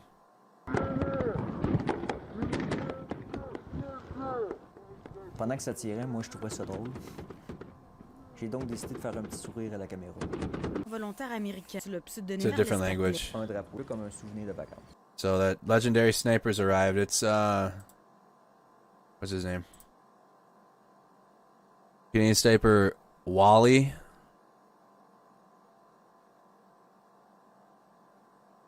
It's foreign. Translate this.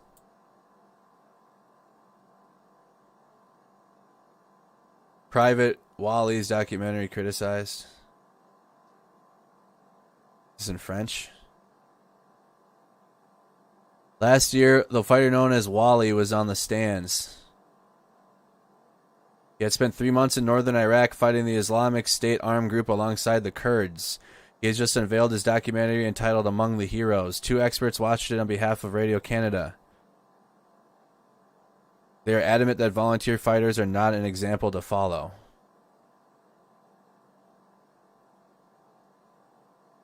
So he's got his documentary criticized. I haven't tuned into it. But he's arrived. That sniper's arrived in Ukraine. It doesn't seem like it. He's a French Canadian. It's French Canadian.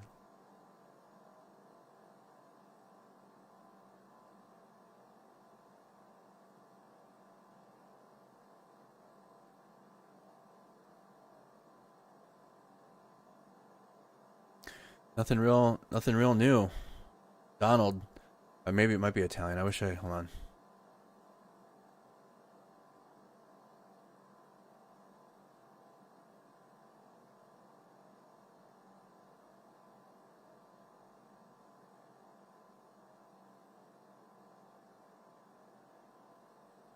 No, he's Canadian.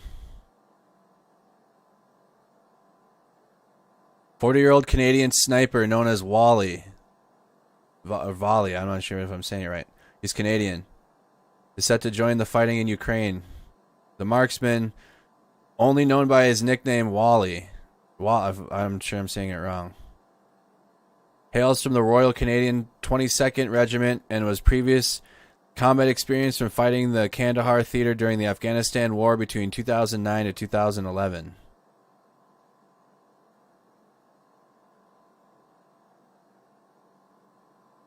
Last week, Wally was working as a computer programmer in Canada. Now he's preparing to fight Russian troops from a remote location in Ukraine. He's Canadian.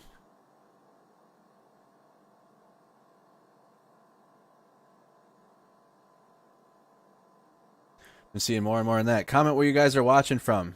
Speak the Truth. We watched Speak the Truth already. Speak the Truth was in our chat earlier. I don't think he uploaded a new video yet. Oh, he did 19 minutes ago. How are you guys doing? And welcome over to the channel. If you guys are new, please. All right. Well, we have time. What do we got? 10 minutes to try to go through this. Subscribe. We're doing multiple videos every single day on the Ukrainian conflict because it's an ever-evolving. Go subscribe to their channel. Follow, subscribe, like their video, give them a view. Speak the Truth was in the chat a little earlier on YouTube, so give them support. We've been watching his clips since the beginning. So we're going to continue. Situation on the ground there, so I like to make sure you guys stay up to date as possible. I am also doing live streams directly from Ukraine. I have multiple cameras that I'm pulling feed from that are on the streets there. So we have Kyiv, we have a couple other actually major cities. We are pulling live feed from there and live streaming it all night. That'll happen just after this video, so make sure to subscribe so you don't miss out on that. So we're actually going to start over here in the Missouri's tuned in. How you doing? Kyiv, and I'm going to tell you guys right now, not a lot has happened up there. I think the Russians are actually amassing their forces to assault on the city. Right now, the United States actually put something out there. They're thinking that it's going to happen no later than this Sunday. The Russian forces actually might try to push through the city. So the situation in Kyiv has actually been relatively calm. For the most part, the Russians have actually been amassing their forces in direction of Hostomel and Bucha, which is just northwest of Kyiv. We know that there's been a lot of ground fighting in these two areas over the last 2 to 3 days, like a significant amount. It's been back and forth. Russians have pushed in, they've been pushed out, they've been pushed in. It's the same thing that's been happening over and over again. No one really controls this area, but Russians are amassing forces right there. So Zimitar over here was probably one of the areas that was hit today, one of the only areas actually inside this region. A Russian plane conducted an airstrike right there, and that's pretty much it. So we're going to move up here to Chernobyl so you guys know what's going on over here. The evacuation that was supposed to be happen didn't happen today. Russian forces continue to regroup just north of it. So right here where this X is, that is exactly where the Russians do regroup. They come in there from northern area of Belarus, and they do move in. That's where there's a huge staging ground there. A lot of the Russian forces... This is the newest video that they just posted. This is new. This was posted 19 minutes ago. This is the newest one. This is the newest. Back up some. This is the newest. 20 minutes ago he posted this. Just north of it. So right here where this X is, that is exactly where the Russians do regroup. They come in there from northern area of Belarus, and they do move in. That's where there's a huge staging ground there. All right, I guess I should set it up because we do have more viewers. I forgot. So I'll set up the video before we do. This is Speak the Truth. His name's Rob. He's a combat veteran, served in Iraq. I can't recall if he also served in Afghanistan, but knows what there's straight military talk, straight, no politics, no geopolitics, no I feel I'm upset at Russia because of this, or I'm upset at Ukraine. He's just keeping it to military tactics, movements, what could possibly happen based upon his expertise and knowledge of combat. So it's the best. We're not going to the mainstream news they use CIA analysts and Department of Defense politicians to speak about what could happen, and we found that over the years. Hold on.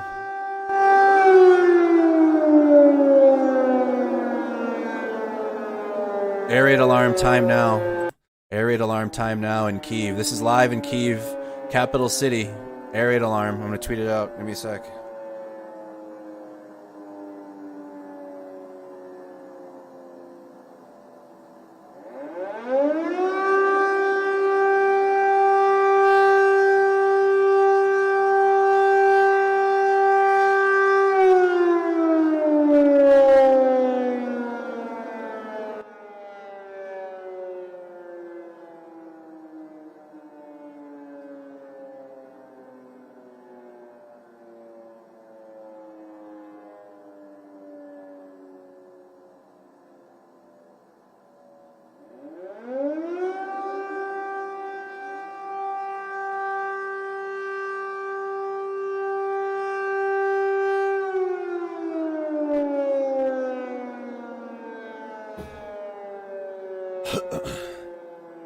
Again, this is live in Kyiv right now. Air raid alarm.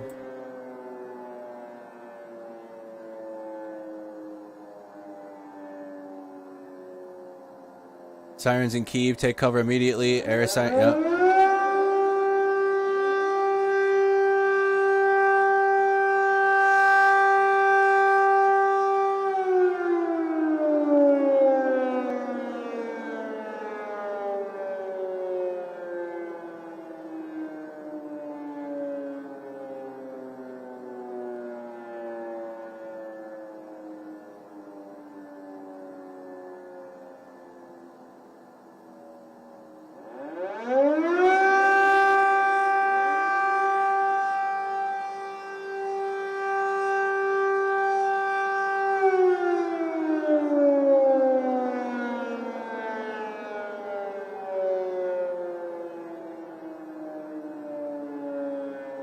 Hey, what I just did on Twitter, I made the list that I use.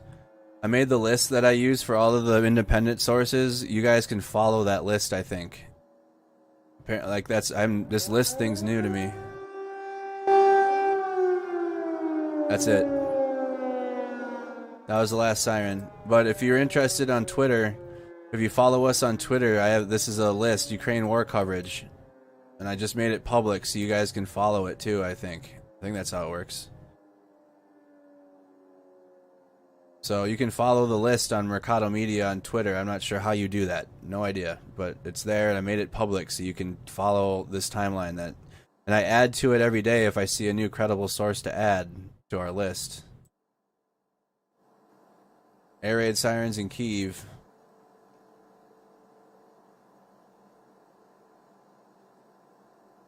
Nothing new on that other than just the reporting of it happening. So you take cover. Sirens in Kyiv. Air raid sirens in Kyiv. It's currently 4:26. Look in the right corner. Hold on. At all times during this entire feed or any of my live streams, right now, look in the right corner. Look in the top right corner of the video, and you will see a date timestamp in a black box that says Wednesday, March 8th, Wednesday, March 9th, 2022, 20:26:30. That means it's 8:26 p.m. Central Time, where I'm at. Below that box, you will see Kyiv that says 4:26 a.m. Thursday, March 10th, because they're 8 hours ahead. So just look in the top right of all of my feeds at all times, and you'll see what time it is. You'll see if it's today. You'll see, you'll see if the feed is accurate and relevant. Just look in the top right. All right. Back to Speak the Truth. Back up a little bit.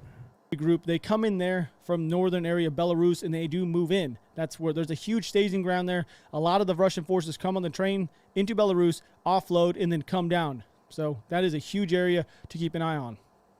We're going to move over to Sumy. So Sumy is right here, as you guys do see. There's a main route. I'm going to go ahead and draw it on here for a lot of people who are new and may not know. So there's a route that goes somewhat kind of like this. All right, this is another staging area for the Russians. They move in. This black route you are seeing, I'm going to point some arrows to it. I'm not going to talk about it a ton because I do talk about it a bit, is a route that they're using to get all of their equipment to the eastern side of Kyiv. So with that being said, the civilian evacuation inside of Sumy was actually successful. Over the last 2 days, 50,000 civilians have actually been pushed out or have been able to move out of that area. Romney right now, this one you guys see right here, I'm going to go ahead and circle it. Actually, you know what? I'm going to get rid of a lot of this stuff. I like to clean this up a little bit for you guys. So we're cleaning that up. All right, so you guys know where the route is. I'll redraw the route because that's kind of important. So that route right there. So Romney, you guys see that right there? Romney now is under complete siege by the Russians. They do control that city, so that is actually a big deal when talking about having control of this route, which I've talked about a few separate times. We're going to move over to Kharkiv. So Kharkiv is a big area. They haven't been able to push through. You guys know right here, there's also a Russian staging ground where they've been pushing down south into Kharkiv. They've not been successful. Yesterday, they did an air assault on this town right there. Didn't pan out, and they got pushed back into Russia. So this area we actually spoke about earlier, and there was an attack on this checkpoint in this area. Now, the assault was repelled by Ukrainian forces. We know this. I talked about this earlier. But with that being said, Ukrainian forces actually conducted a successful counterattack in the direction of Drnachi, liberating the entire settlement and lifting the enemy pressure in the area. So not only did they get attacked, they did a counterattack, an offensive, and actually gained some more white space. They actually did some good in that area. Back over to this map, Izium, the critical stage of Izium. Some civilians were actually able to leave towards Sloviansk, which is right down here, as you guys see. But most actually remained in town. It is unclear right now if there's still Ukrainian elements or not in there. The town is heavily damaged. The Russian spearhead element approached Petervitsky. So I'm going to kind of annotate some stuff for you guys. So this area is actually controlled by Russian forces. They have an element that actually moved just south of Izium, somewhat kind of like this. I'm going to go ahead and draw the Ukrainian forces, which are blue. As you guys do know, it looks something like this. Sloviansk, and right there. This is pretty much, this is a rough outline of where the Ukrainian forces are and where the Russians are as of right now. Do expect these areas right here to have some sort of formidable Russian forces coming through them over the next 24 to 48 hours. I know that they're trying to regroup. Izium is a big thing. If they can get this area, then they have freedom of movement on the northern side to push in. We have spoken about that a few times. So there's that. Okay, so down here, it's actually a little bit different now than what this map has showed. It's not really set up correctly, but this is really what the Russian forces kind of look like.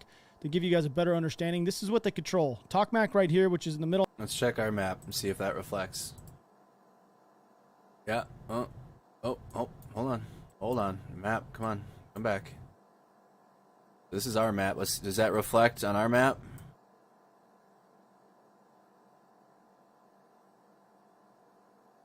That's a little more, maybe not. No. Yeah, our map's a little more updated. Does that include the... You can't see the road. Maybe it is the same. It's hard to tell. This one includes the road. Oh no, this one, ours is more updated. He fills it in. He fills in the red, but they're keeping this one pretty updated, the live UA map. Live UA map's doing good with keeping at least the territory occupied by Russia updated. I'm going to go ahead and circle it blue. Tokmak was under Ukrainian, they held it off for about 8 days, but as of right now, this is pretty much where sitting. Orkiv is not taken. Huliopol right there is not taken, and Poli is actually taken by Russian forces as of right now.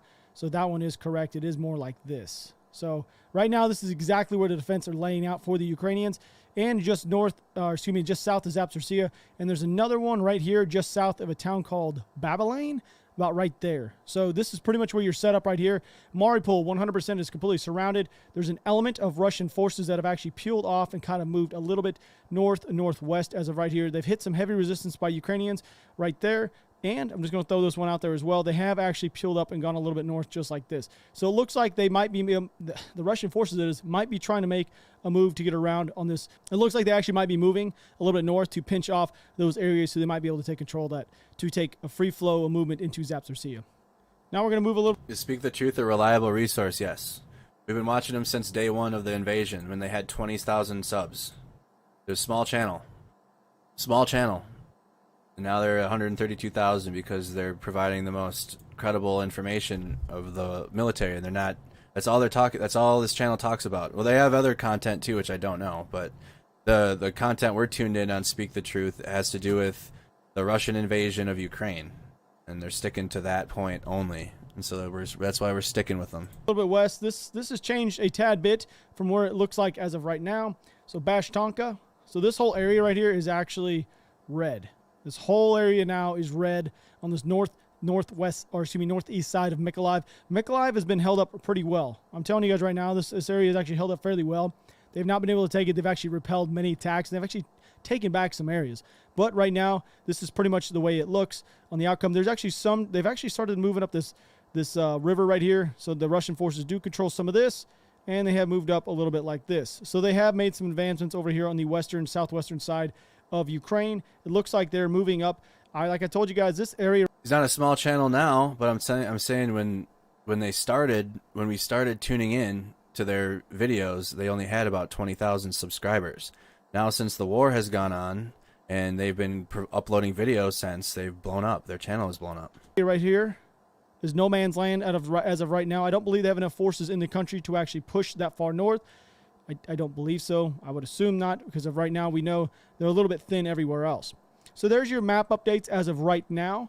For you guys that are new, we do this a ton, and we expect them to move on Kyiv in the next 3 to 4 days, so make sure to stay tuned. But I do have a whole bunch of stuff I want to talk about that we're going to move over to right now. So I'm going to give it to these guys. These guys have brass nether regions. I'm going to tell you guys right now, this is something I wouldn't be able to do, but they're literally diffusing an unexploded ordnance, right? Like. Okay, I'm just going to play the video and let you guys see this. This is kind of crazy. He feels the same way. Hell no. We watched this video, if you missed it, a little while ago. No way I would do that. That boom is in the clip. That explosion you just heard is in the clip. Dude, not going. Couldn't pay me enough. Unexploded ordnance. Hell no.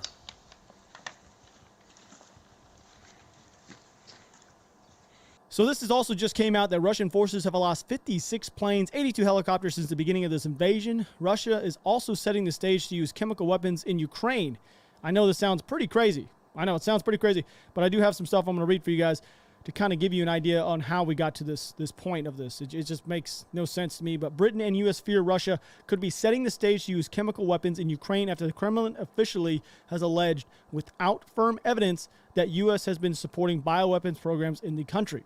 Now, to me, that is nuts. I have no idea why the United States would want to do a weapons program inside of Ukraine when we can just do it ourselves in America. So that's kind of strange. Literally. Russia had been making false claims about the alleged U.S. biological weapons lab and chemical weapons development in Ukraine. And now, I mean, I've definitely seen it on my timeline on Facebook since, because when I wake up, like, I kind of scroll social media to see like what people are saying and what's being talked about.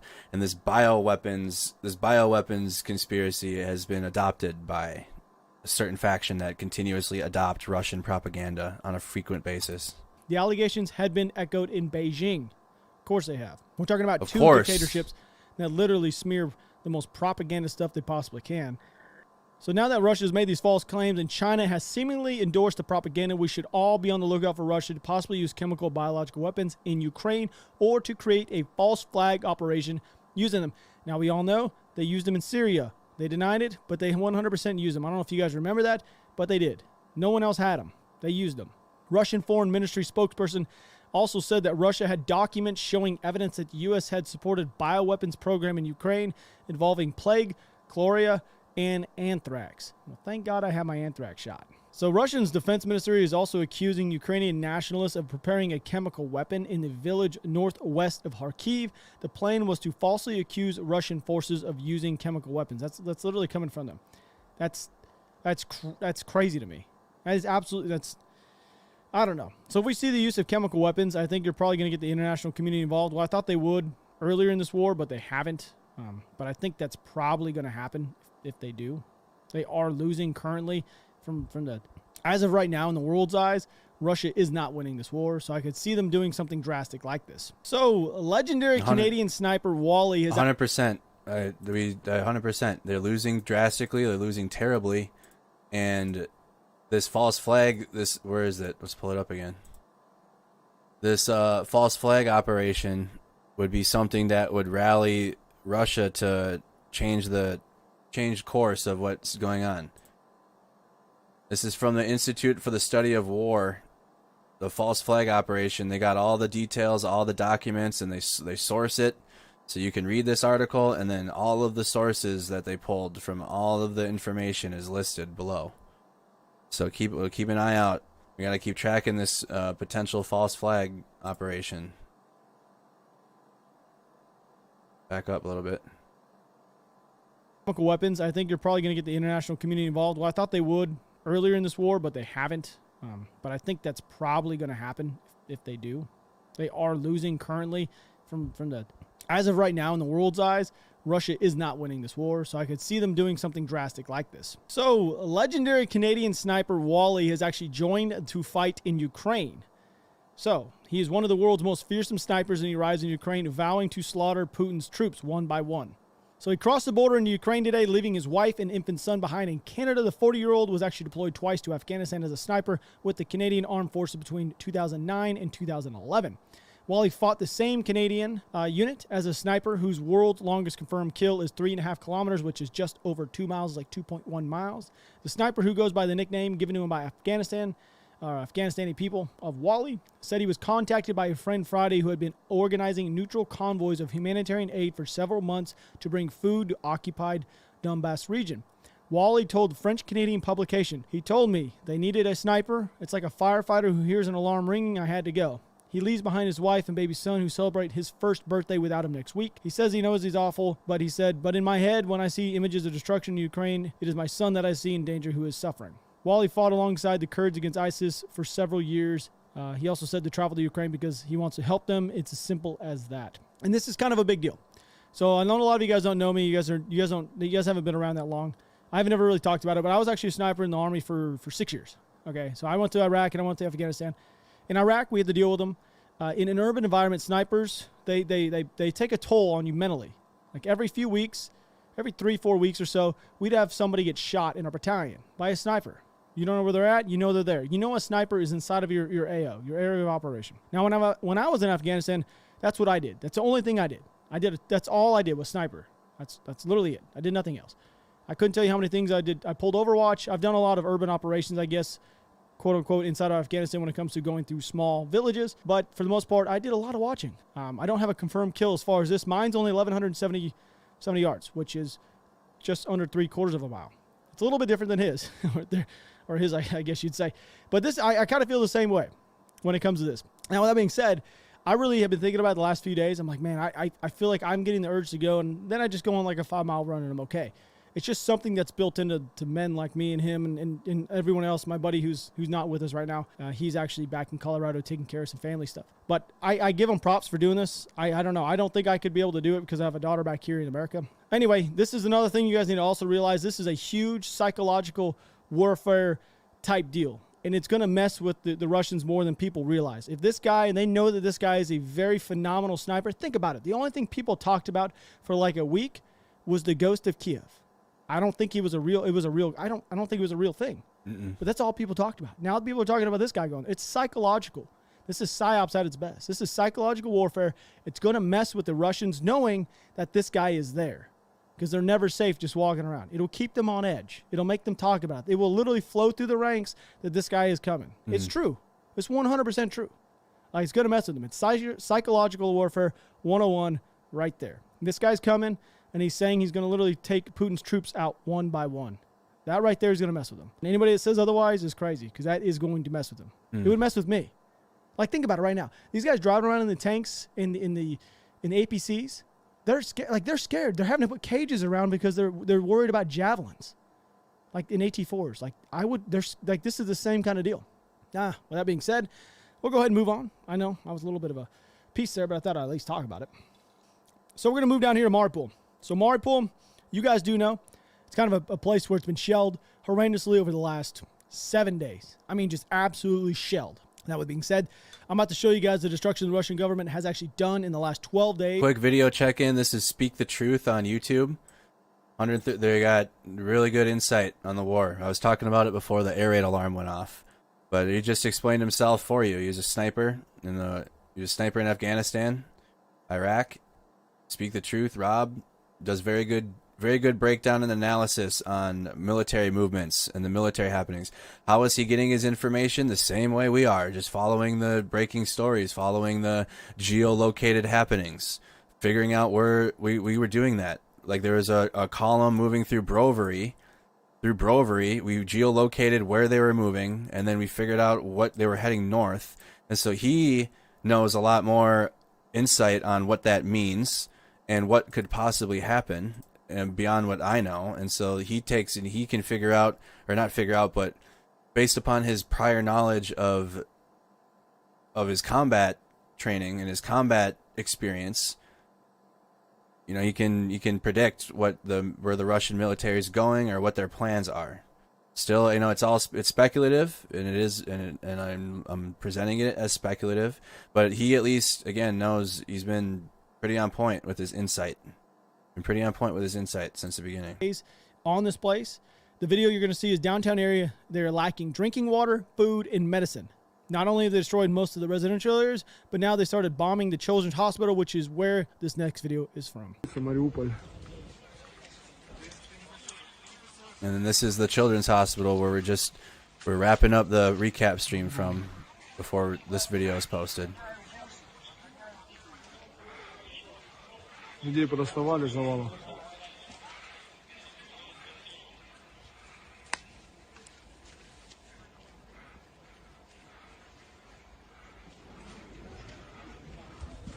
So, yeah, to be honest with you, here's footage from the opposite side. This is actually footage from the Russian side of the fight in the same area down in Mariupol.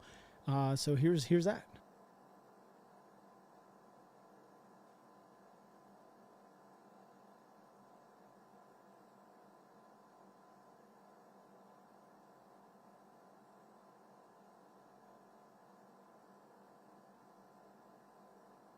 Russian UAV. And we're going to move over to Zaporizhzhia, which is one of the areas we're talking about. So this video is not going to seem kind of real because this thing is so destroyed. It's actually of a Russian 152 millimeter SPG, and it was absolutely obliterated. So here is that. I know it's not going to seem like anything, but you'll see like you will literally see the crankshaft of the engine sitting on the ground. Проходим тут мимо. Лежит. How the fuck? What? Ствол нахуй от танка, блядь. Нет, не от танка. Гаубица это не танк? Ну, бля. Похоже на нее. Разворочено нахуй все. Гусеницы валяются. Here's the tracks. Коленвальчик лежит.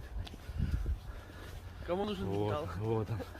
Вот он, родимый. We're going to move over here to Mykolaiv. Mykolaiv is one of the areas where you guys will see a lot of stuff happen, and it has been happening. It's one of the more heavily contested areas in the south outside Mariupol. Now, here are some videos for you guys, but this is the Ukrainian forces have actually captured a modern Russian BTR-MDM. It's an airborne APC.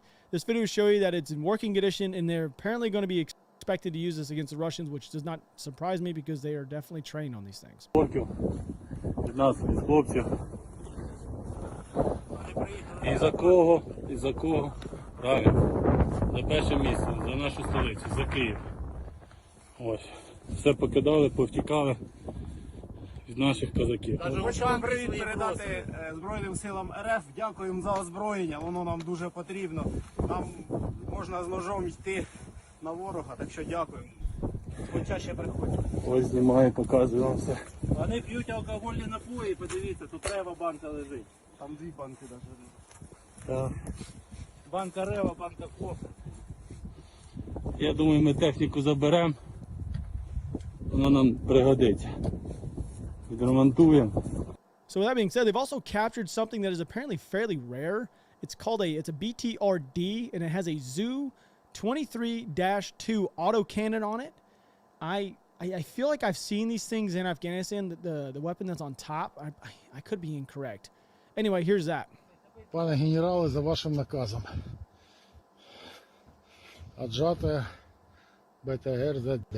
What kind of... ЗУшечкой. Все будет Украина. They've been doing some... It's like an anti-air gun on top of that? What the hell?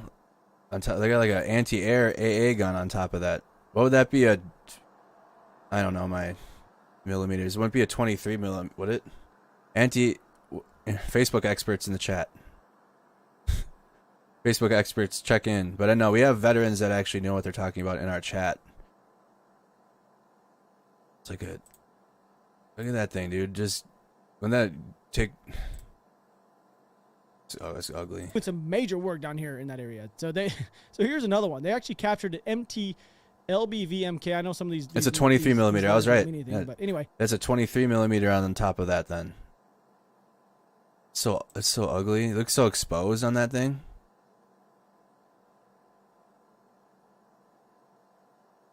Right. Отжатая БТР-ЗД. Oh yeah, it looks like. Hold on. Whoa. Hold on. Now that I'm seeing it, are these bungee cords? Hold on. Is it like tied on there somehow, or is that just how the design is? Look at see how it's like strapped on there? There. Here's a good image of it. Is that supposed to be up there? Or wires? Look at, it's like leaning. Like look at, it's not even fully on the truck. It's like look at how much space there is from. Like look at this. They just put that shit up there, didn't they? Looks like it was, yeah. Looks like they just put that up there. How did they get that up there?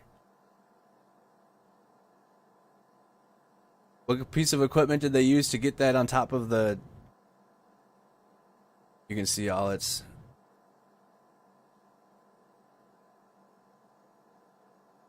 Yo.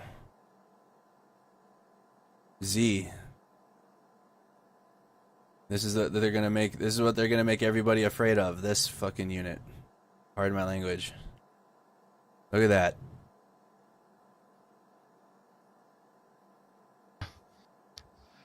But they've been doing some major work down here in that area. So here's another one. They actually captured an MT-LBVMK. I know some of these letters don't mean anything, but anyway, this was down in the same area, and I'm telling you guys, the guerrilla warfare tactics and ambushes are clearly working because they are getting these things, and they're going to continue to do it. This is one of the things I think that's going to end up, if they end up winning this war, it's because they switched over to a guerrilla warfare type tactics and focus more on just ambushing these convoys as they're moving.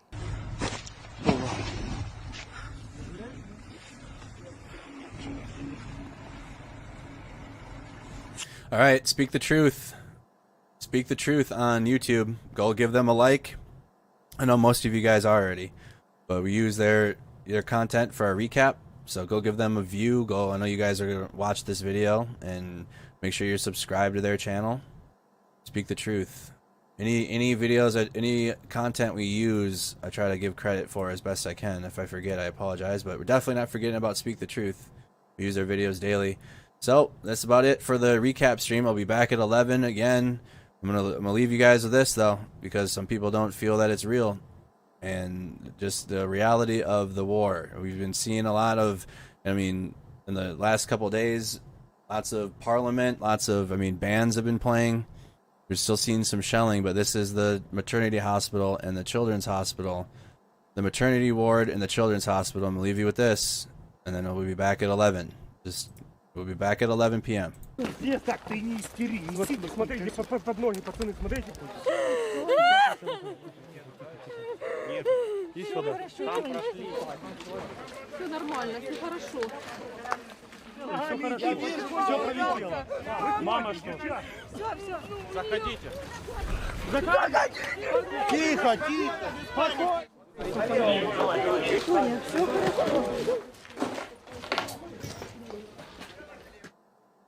All right. So anyone doubting that this isn't real or happening, that was the maternity and children's hospital that was bombed yesterday evening, right before night fell. That is the latest of the war crimes that have been committed. That is the latest. So if you haven't seen that, that is what's happening. That's in Mariupol. All right. I'll be back at 11. We'll be back at 11 p.m. with full coverage, full 8-hour coverage. I'm not done for the night. 11 p.m. Central. 11 p.m. Central, we'll be back. All right. 11 p.m. Central time till 7 in the morning. Full 8 hours. Full 8 hour of coverage. It'll be daytime. Right now it looks nighttime, but the daytime is going to arrive soon. All right. The stream will be scheduled. So if you guys want to tune in on YouTube, the stream will be posted afterwards on Mercado Media Productions YouTube channel. You guys can go get the notification and you can sit in the queue on the feed if you want. So this is the channel, Mercado Media Productions. Subscribe, hit the notification bell, and then just after this video ends, you will see a stream ready to go for in 3 hours from now. 2 hours now, right? 2 hours from now. It's 8:53 p.m. right now in my time. 8:53 p.m. Central, so in little over 2 hours from now, we'll be back for a full coverage. Go to YouTube, subscribe, notification bell, Facebook, follow the page. It'll be live on Facebook as well, but I can't schedule a stream like that, like I can on YouTube. So follow Facebook, subscribe to YouTube. We'll see you guys at 11 p.m. Have a good evening. See you then.